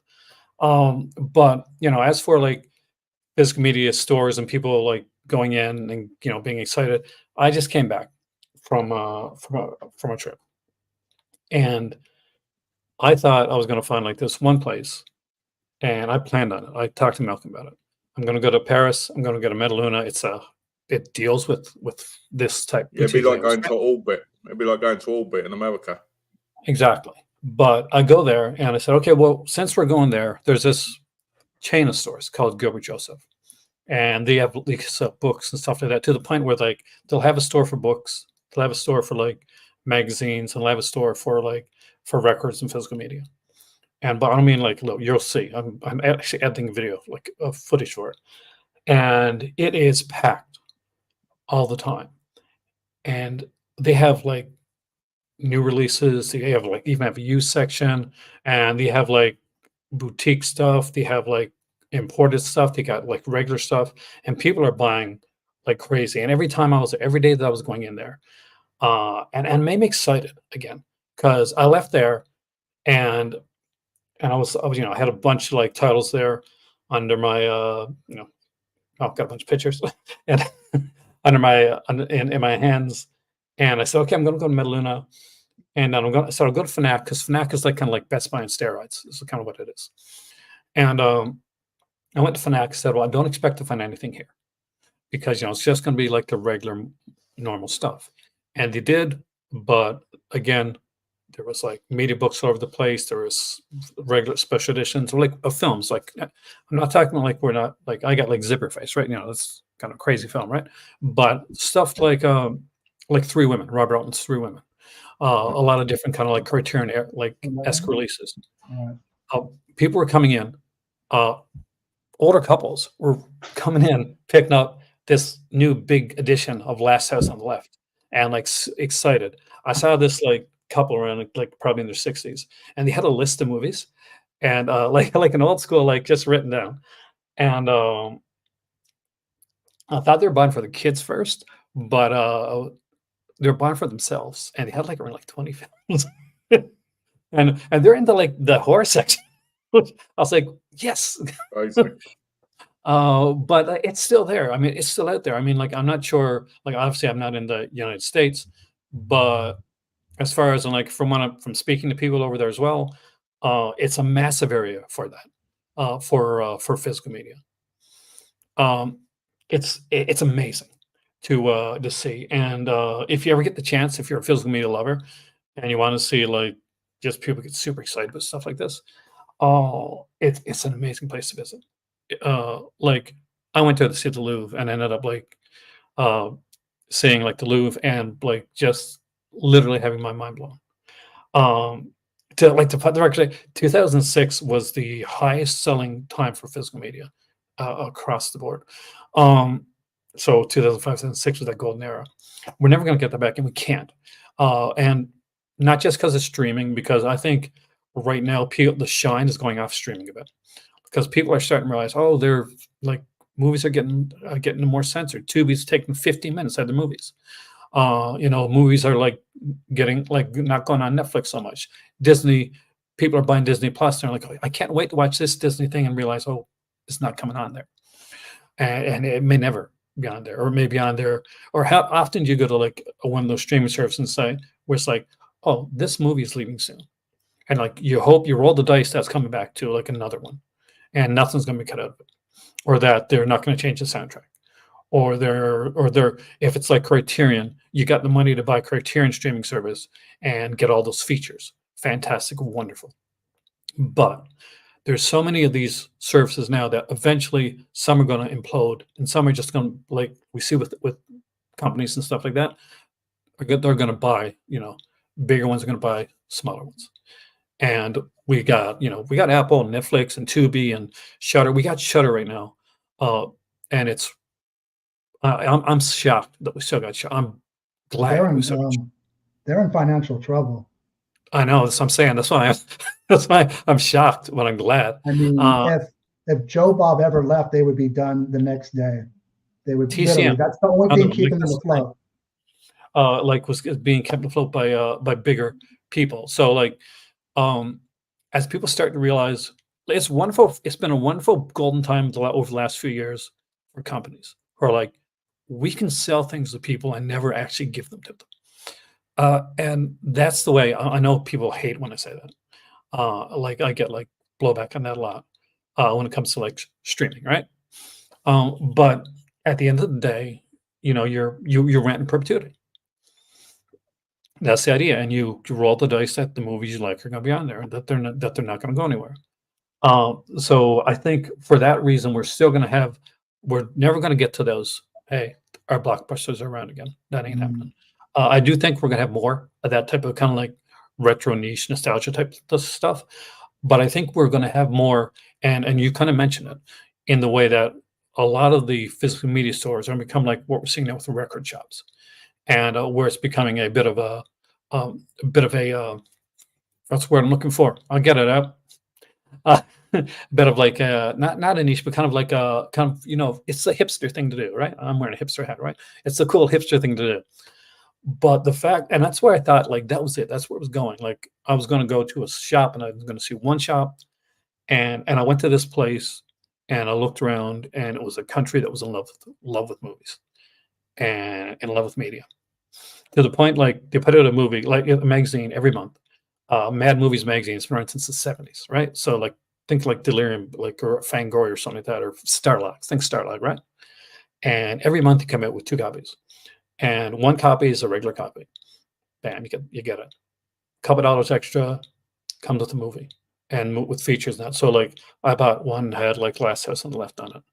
Hiroku, the Goblin, that's going to be in the newest one.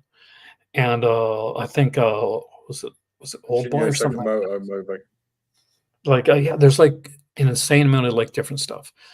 So it's the love is still there. Yeah, exactly. Our magazine, like the Physical Media Advocate. Check that out, guys. I mean, but Aaron, I mean, just to reiterate, there will always be physical media stores. I've seen YouTubers make videos in the last week. Video stores are going to make a comeback, and I'm like, no, they're always going to be around. But you literally are talking about, I don't know, 1985 to 2005, right? That era, it shifted. I'm glad I got out of I stopped working at a video store in 2006 and went into a completely different industry, because as much as I loved working at video stores, I was tired of making $20,000, $30,000, maybe $40,000 if I was lucky a year. The cost of living just did not justify me staying around. I'm glad I left when I did. And this is right about the time Netflix, with their mail-in movies, really put the hurt on Blockbuster. And ironically, Blockbuster had the opportunity to buy Netflix and they didn't. But trust me, I can go on for another hour about Blockbuster Video and the crappy things they did to their employees, because I was a manager there for 6 years. But I will save that for another video. I'm glad you had fun on your trip. You found a lot of cool places, but I'm just kind of addressing people that say it's going to be like the old days. It can't be. I remember in 2008 and 9 going to a video store called Spudik's Movie Empire. The guy who run it, who's actually an actor and stuntman named Eric Spudik, he had signings with Caroline Williams, Uwe Boll, Darren Scott, Rolf Kanefsky. This was 15, 16 years ago, right? When the physical media was stronger. I went to his little hole-in-the-wall store and there was no customers. He was getting all his orders online on his eBay store. That's all I'm saying is, look, I love physical media. I wish we could bring back that feeling and, walking into stores and bumping into people and grabbing movies and talking about it. I remember I literally was on the front lines forever. I miss the customers that would come in and they would look for you and go, oh, almost like the movie Clerks. They would give you a little clue, but they couldn't remember the title of the film. And you would remember it, or you would learn, you would educate. That's what I think YouTube should be. Like the interactive video store where everybody's learning from each other. Nobody knows everything. Nobody knows everything. Nobody knows everything. I don't know everything. I learn every day doing a video with anybody or just watching other people's videos. I watch a lot of YouTube and I'm like, oh, I didn't know that. I learned something. I just think, again, physical media will always be on my channel. That's the fact that video stores weren't around anymore, and I wanted to make it like a live, like video store experience, which is something that that I started doing when I moved to North Sydney, because then all of a sudden, like, I was being able to do videos like this, streams like this. So hopefully people because I get so much, I learn so much from people on here all the time, whether the people are on the screen with me or the comment section. God, it's an amazing thing. I think I'm hopeful, and I think that right now it's DVD is still the highest seller between like Blu-ray and 4K. Yeah, because most people don't see the point in buying Blu-rays or 4Ks because they just want to see the movie. Prime example, right, is people like Gino, right? And that's not just the Gino, it's because he wants to watch the older films, right? And sometimes films like an alpha video are what people want to see, because who needs to see them with better quality? It turns out that most of the people that do are people that are purists that want to see the best quality, and like I would say probably 80% of the average person doesn't really care about that. That's true. They see the film at the best price. I get like a video, and I'm pretty sure you're on when I did this one. Somebody came up to me, like, asked in the comment section, "Hey, I'm thinking about buying 4Ks, but I don't see the difference. Should I buy 4Ks?" And I thought, The only 4Ks that I own were not, I didn't go out of my way to buy them. They were part of my subscription. I've never actually said, I want a 4K of a movie. It's a 4K Blu-ray combo. And yes, if that's the case, if I get The Invisible Maniac, it's part of my subscription and there's the 4K option, I will watch it. But I've watched Blu-rays and DVDs of the same film, and some are significantly better, some are not that much of a difference. So I'm a Blu-ray guy, and then occasionally I'm a DVD guy. And if I have no choice to own a film, if it's only available on 4K, then I'll go that route. But I'm not the 4K guy that a lot of people are. The way I look at it is, if I spend 40, 50, 60 bucks on a 4K, I can buy how many Blu-rays with that? You have to balance. It's unrelated cost. There's the thing. I mean, like, for me, indicators haven't sale right now, right? And I thought, okay, if I hadn't bought so much stuff recently, I'd totally be buying into the indicator sale. And I did up like a dream list. Okay, what would I buy if I was going to buy from the sale? Like, share, subscribe to all the jazzy stuff, blah blah blah blah. YouTube, yay. But I was going to donate today. Yeah, there you go. Do all this. But here's the thing. When I looked at it, and I'm looking at these Genre releases, right? And there's 4K release, and there's a Blu-ray release, and I picked up Cold Eyes of Fear, from Indicator. I picked up the 4K release quality. The 4K, we picked up the Blu-ray the others because they were more limited, right, and cheaper. Yeah, well, the Blu-rays are more limited because they make more copies of 4K than do the Blu-ray. Indicator does. But I picked that, and it was like I wanted to get more bang for my buck, so I could buy the Blu-ray editions. Well, one was because there was only a Blu-ray edition there, but I was like, did I do the right thing? Did I make the right decision? And then I got to my dad's. He's got a 4K player. He's got a 4K TV. We sit down. We watch the John Lennon one a night, the Blu-rays. And the quality is insane. It's a 4K restoration. The player's bumping it up to like nigh 4K quality, so it just looks amazing. It's like I've never seen these movies before in my life, and like way better than the Kino Blu-rays that we'd seen previously. It's just amazing the way that's done. We watched Cold Eyes of Fear after the John Lennon ones, and it looks great. It looks fantastic. Wonderful 4K, but not as much a difference as the Blu-ray releases I was watching with the John Lennon. So if I'm like going to pick up John Lennon's future, I'm going to keep going with Blu-rays because it's a little bit cheaper. I think that they do a good enough restoration that it shows in the Blu-ray as well as it does the 4K. If you're a 4K person and you want to buy them at 4K, all the power. Like there's nothing wrong with that. You collect the way that you collect, and that's the way that we all should be. But like it does come down to like comes down to cost for a lot of people, and for some people when it comes into DVD, basically it's because here's the thing. Yeah, a lot of people like have cabins, they have older computers and stuff like that. It's a lot easier to look at a computer and put in. Oh, I love VHS. We'll talk about that sometimes. So it says I got a little VHS collection too, and find a DVD player on your computer. It's a lot harder to find a Blu-ray player on a computer. Why don't we mention the most important part? The most important part is if you buy internationally from different countries other than America, most of the films are on DVD. And I'm not talking about places like Germany and France. I'm talking about the more out there places like Asia and stuff. Yeah, they have some things on Blu-ray and they have a decent amount to a degree, but a lot of them are only on DVD. They haven't got the best quality because of when they were mastered. But at the same time, you buy them because you want to watch them. Does it make the expense less? No.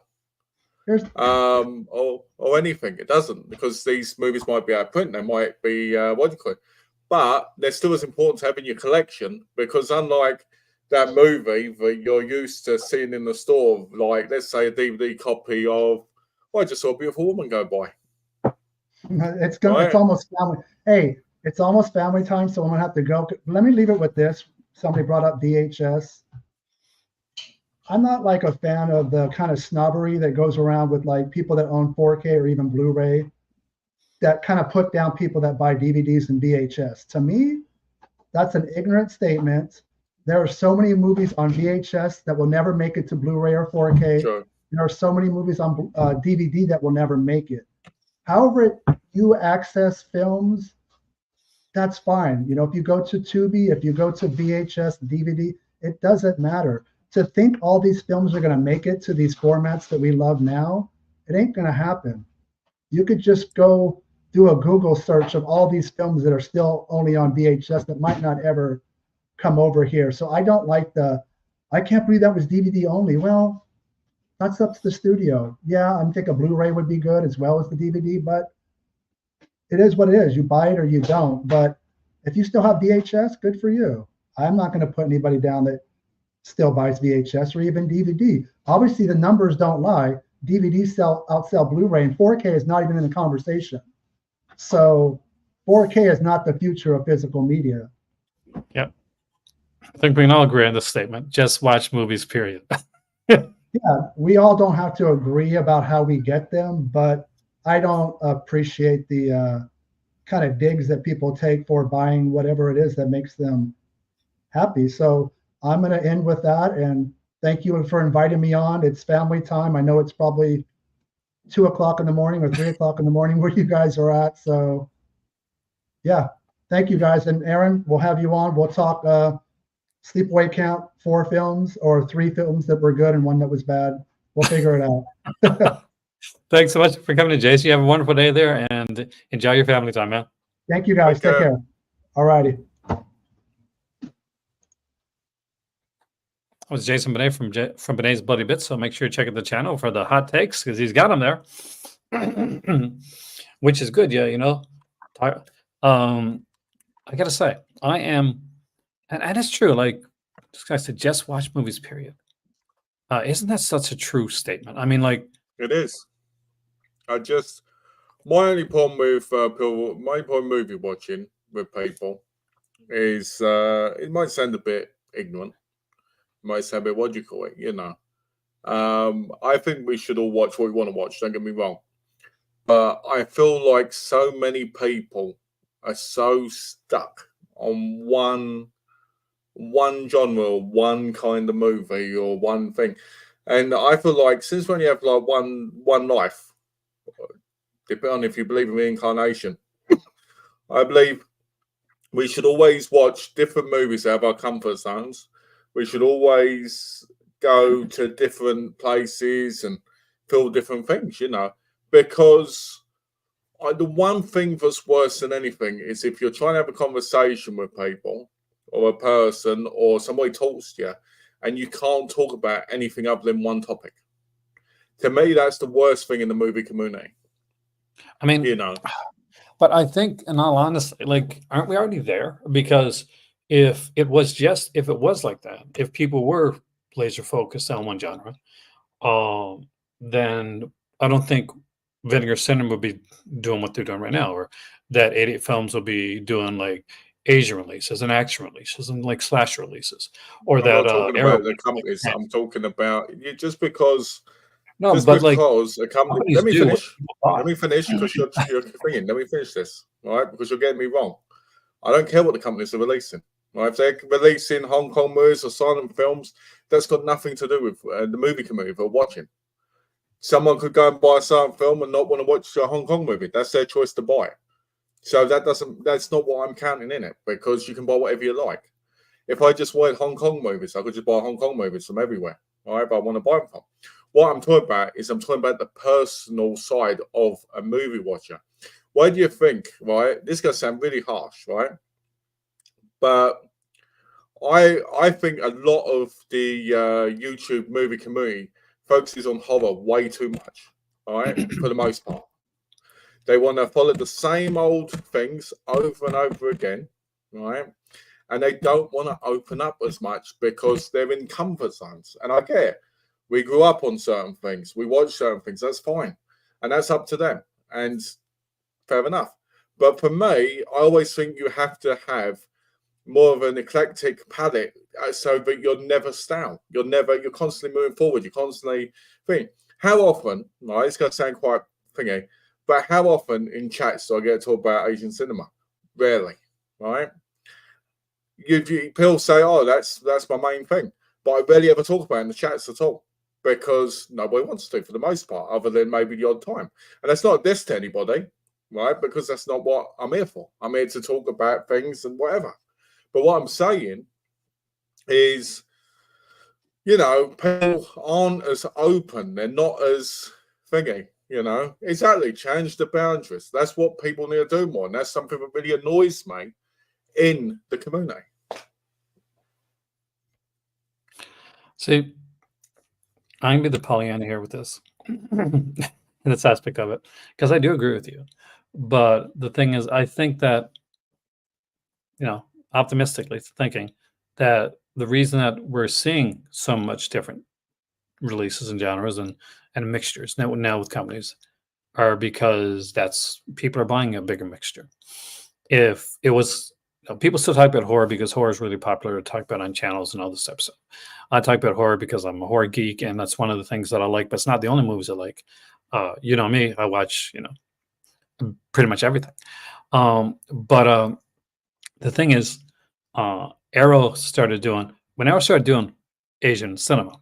I was like, I can't believe we're doing Asian cinema. You know, where's all the jails and slashers at? Most people Yeah, were. but And so we're the same with Vinegar Syndrome as well. But I think now we've hit a point where people are more excited about that, where we can see stuff like that, where a company like Deaf Crocodile or a company like TerrorVision, and even with Terran Name can do different stuff. that people can be excited, like you, Frank, can be excited that Terrorvision is putting out like a martial art, an old school 70s martial arts film.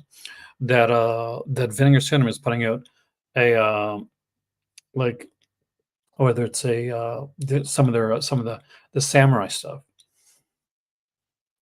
I mean, like, it's like a lot of genres so way worse than horror, and they're only getting released because people working at these labels love these movies. I mean, that's for like smaller companies, especially. Yeah, but if they're not, but we have the chance to get them because of that. And I think if they didn't sell at all, we wouldn't see the Shaw Brothers sets, let alone four. You know, that we wouldn't that. And here, want to get a niche of a niche of a niche of a niche? Um, I'm a I'm a Tokatsu fan, so I got like a ton of like Mighty Morphin Power Rangers and Ultraman over there, and I I thought, oh no, this is never going to sell. They're never going to put them all out. It's going to get canceled. And they're out of print Uh, for the most part. and they're all out there. And I'm just like, it blows my, not only if they're out there, but they like just took a swerve and did Gridman as well, which, for me was a mind blowing thing. Well, It's to go off of something that Benet said about the collectors who are selling movies still sell, which is something I've always complained about. speculators. My view is this.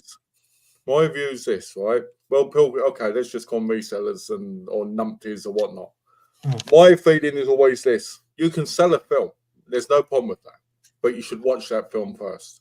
If you buy a film, you watch it. If you don't like it, you can sell it. It's up to you what you do with it.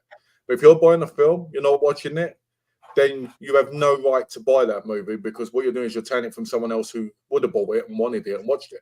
Instead, now, because of you, maybe, maybe that person couldn't get it, and now the price has gone up. I hate those kinds of people that do that stuff. When I go down the Vinegar Syndrome sales page and I see all these sealed titles, I'm like, I will watch all those titles that I bought. It might take me a while, but I'll watch them. I like being uncomfortable. I like going into something like, I might watch a Russian movie. I might watch a movie from Singapore. I might watch a movie from Germany. I might watch a Nigerian movie. Sometimes, some weeks I will watch like 18 different countries' movies. Why? Because it constantly improves my knowledge, not only of possible cultures, possible traditions, filming styles, even languages. And to me, that's important. For me, I've Cinema Appreciation Committee, like this can be a true eye-opener, as I've taken recommendations based on mentions from Malcolm and Aaron, but also from the chat as well. Nice one. I've said yes. I've got 10 sealed films that I haven't watched, and I'm going to sell them. Oi, Quebec, man, you've got problems now. Limited space, limited money. I can't collect every category. I'm not saying you have to collect every category, Ragnar. I'm not saying that. I'm just saying, and it's up to you what you want to watch. It's up to you. It really is. All I'm saying is I think more people need to be more open than just being stuck to possibly one thing. And that's not an attack on anybody in particular. At the end of the day, it's up to you. I'm just saying from my own personal view and how I was, in my mind, I believe, when I was growing up as a kid, I watched Asian cinema and I watched horror cinema, right? Because that was the easiest things to watch as a kid. But as I got older, I went into different genres, and I honestly believe that to keep fresh, that's an important thing. Exactly. Learning a lot from them. Classic films teach you so much. For me, there was no VHS when I was a kid. I'm older. There was the late night movie. And so I grew up on Universal Classics, film noir, Busby Berkeley musicals, stuff like that. Hammer, if I was lucky. So I grew up, especially film noir. So if Saturdays you get like a lot of Michael Curtiz films, Captain Blood, stuff like that. That was my But that was my thing until VHS came around. Then I could I could buy this stuff. So Columbia, like subscription services, going full circle here. Columbia Video Club. I'm sure everybody remembers them if you're old enough to remember what Columbia Video Club was. You'd go in, you pay your 25 cents or a dollar, whatever it was when you ordered, and you'd get either like anywhere between 4 to 8 movies, right? So I remember my first order from Columbia. I remember my very first order, and it was Shadow of a Doubt, Alfred Hitchcock, and it was Captain Blood, and Wizard of Oz. Because these were the ones that I grew up with. These ones that I wanted to get at the time, and it They're was the ones you always see on TV as well, which is always nice because they are classics. And they're they're ones my that I favorites. I think mean, if like you haven't seen them, it's weird. still like Shadow of a Doubt is still my favorite, and it's not it's my favorite Hitchcock, but it's not like the Hitchcock, right? It's not Psycho, it's not Vertigo, it's not Rear Window, and just a couple like different musicals that I liked. Sunday paper with the TV. I used to do that, man. Looking for horror movies, looking for movies in general. I had like a thing about basically just like go like That's list true, of things. Ragnar. I'm an exception in that aspect. It's because I believe cinema is a very important thing, and I believe all kinds of cinema. I mean, I have every genre. I don't have every film, obviously, in the world, but I have every genre. And I mix them up. If I watch, let's say I watch 4 days of Asian cinema, then I'll move to a musical. I will watch Indian cinema. I will watch this, And to me, I think, because we all grow up differently. We all have different views. We all have different impacts on our lives. For me, growing up, the horror movies that affected me were Prom Night, My Bloody Valentine, and they were that, But does that mean I want to be stuck on them and constantly talk about only that? No, I don't. Because there's so much more new, so much old stuff coming out, and there's so much to pull loose. I'll give you a prime example. Many years ago, I had no idea who Boris Karloff was, right? I didn't want to watch black and white films. I thought they were garbage. I thought they were bad. I didn't want to watch subtitle films sometimes when I was a kid because I thought, I've got to read them all, But I feel sometimes that's what the community is like now, even though we're older and we should be wiser and we should be more open. Like the amount of times I see people talk about horror, right? And then they go, I can't get into that old horror. I can't get into the old Dracula. Guys, this is where horror came from, right? If you can't get into where horror came from, you're missing out on the importance of what it really is.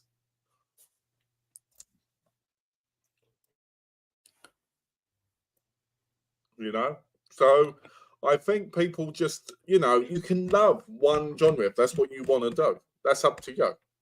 All right? That's up to you. But if you're going to love that genre, you got to talk about that genre, right? You should at least understand the history and respect the history and be able to actually talk about it properly and see the things that are coming, It just boggles my mind.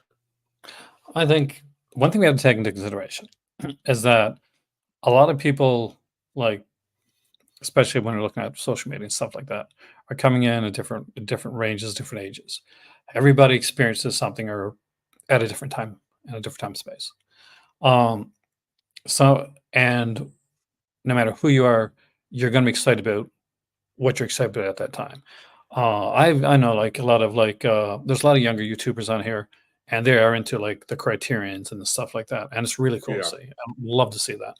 But there's people that are watching Bram Stoker's Dracula, for the first time, or that may have their Halloween.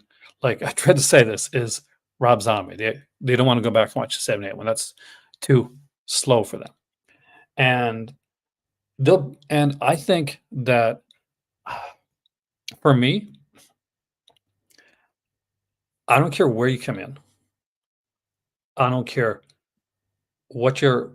how much you watch. As long as what you watch, you're excited, because eventually that will open you up to other things. the person that comes in and watches a Rob Zombie film and like are big into that, or someone comes in to watch Zack Snyder because they don't know what Superman is, uh, and are big into that. Um, Great, but eventually they swim out and look at other things because there's only so much of that you're going to see. With horror and a lot of that stuff on here, it's popular to talk about, and on online, you see a lot of what you chat about, or a lot of what you watch, because it becomes a bit of an echo chamber. I do think that if you're like, remember the days of the video store, going back there again, when you went in and you saw people, you see people that would go for the new releases, right? But there'd always be those Yeah. people that you'd go and you'd talk to, and they'd be picking up, the documentary of Texas Chainsaw Massacre. They're picking up just some random like release, Godzilla versus Biollante at a time when nobody liked Godzilla films, which, by the way, guys, was a long period of time, like when you were really weird if you watched Godzilla. But now it's like, I think we're getting to see more of that.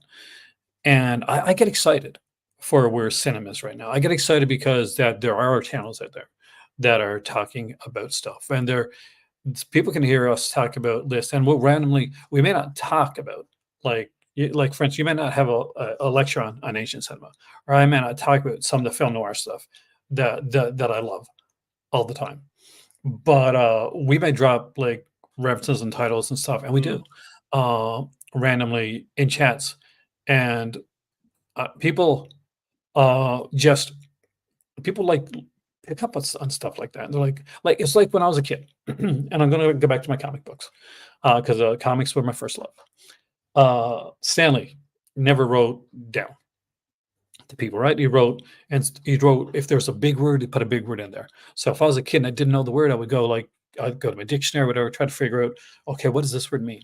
And my vocabulary was greatly improved by reading comic books, which is insane to think. But just like look back at like this stuff that they put in there, like and my worldview, because I would read books, and I read everything in my library. I lived in a small town, but I would go and read these comics, and I would see, like, especially the Marvel stuff, was set in real places, right? So like we're Chicago and like Hell's Kitchen, and we're looking at like New York, and we're looking at the Bronx, and places that you don't think of like exotic places to be, right?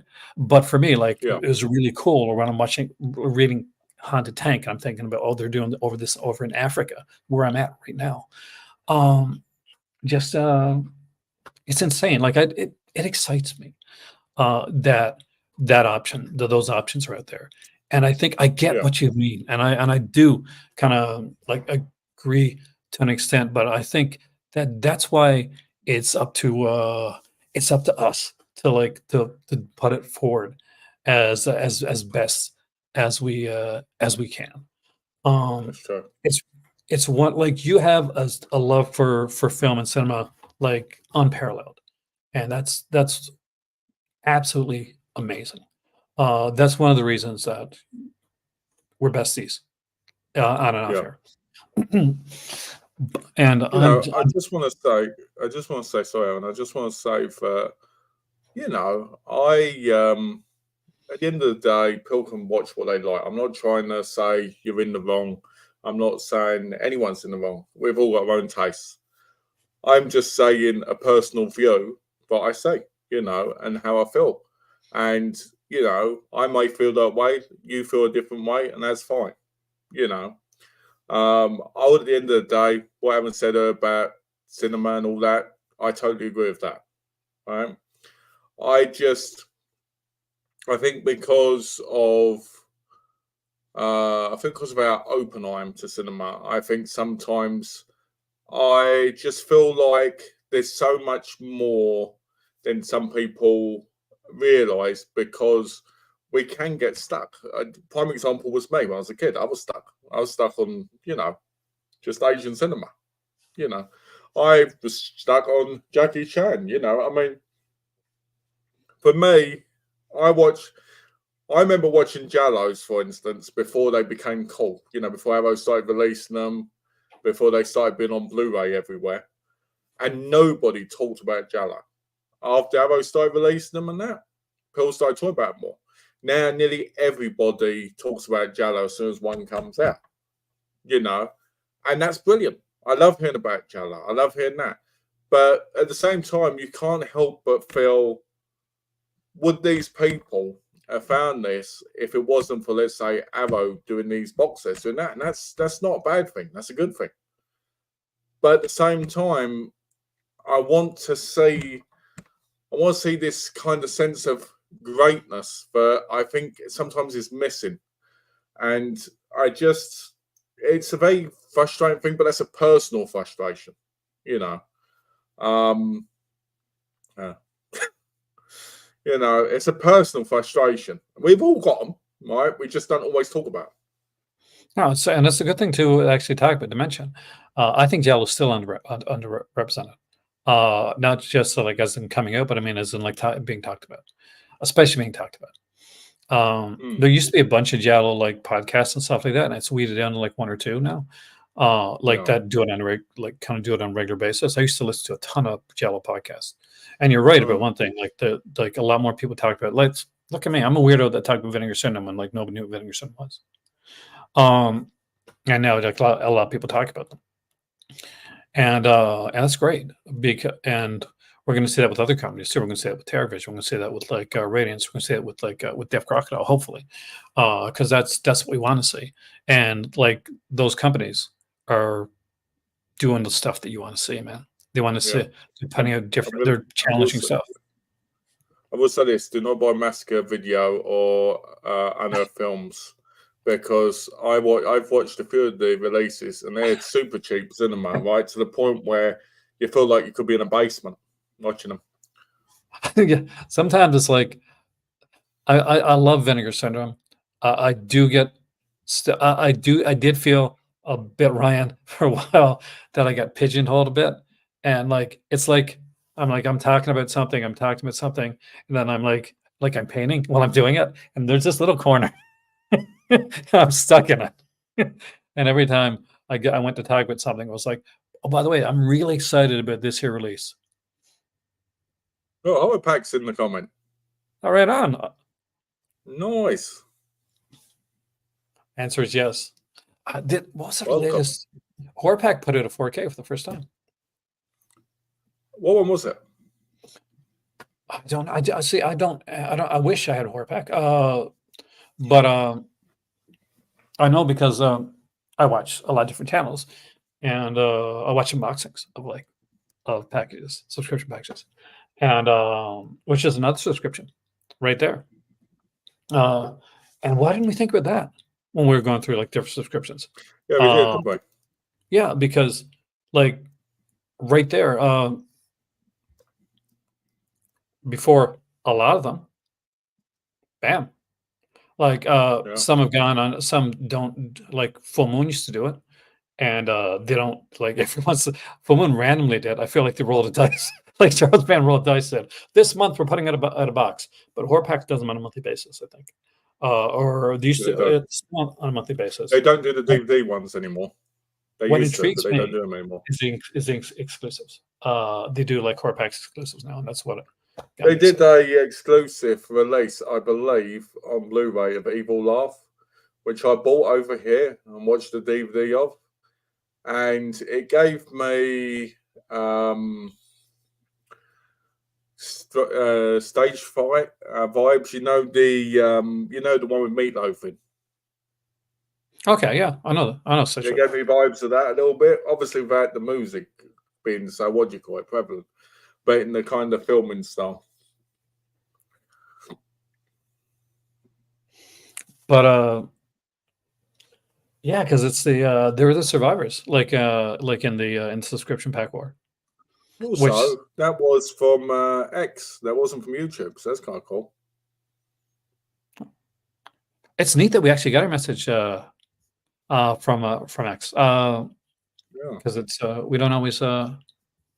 That's nice. Actually, so didn't know. Well, now we know the different symbols that come up. Well, now you know. No, see, now you taught me different symbols because I didn't know.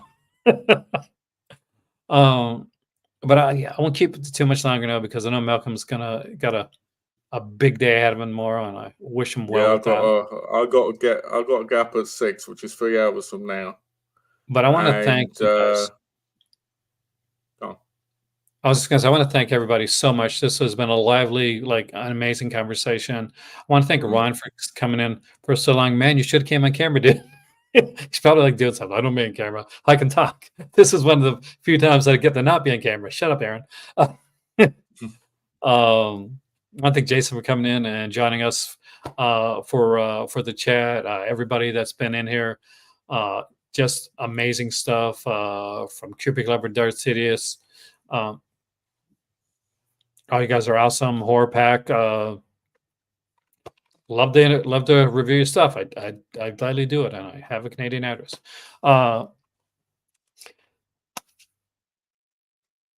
Malcolm, thank you so much. Not for just this video, but for all the videos that you do on this channel and your passion for cinema. It's muchly appreciated and very much a needed thing and a breath of fresh air when things can get a little bit stale sometimes, like you mentioned. yeah. And I think a lot of people appreciate that tonight. So good job. Yeah, if I came off a little bit aggressive, it's probably because I'm a little bit tired. Okay. So don't take that into. So don't think I've turned into a complete, arsehole or anything. I'm just a little bit tired, and I've been drinking Coke for like the last 2 hours. So I'm probably a little bit hypo as well. So, but yeah, other than that, nobody thought I was being aggressive and having a go or anything. It's just, and I'm worried about tomorrow. So it's probably 3 things there. Okay. But everything I said is true when it comes to what I was talking about cinema now. If anything, dude, I think you made more fans tonight. I'm just gonna tell you right now.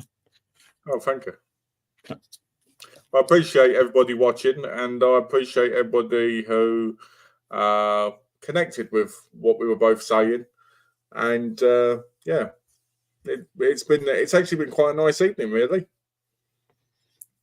A long one, but a nice one, eh? Nice. I Oh, want that'd to be nice, thank. right?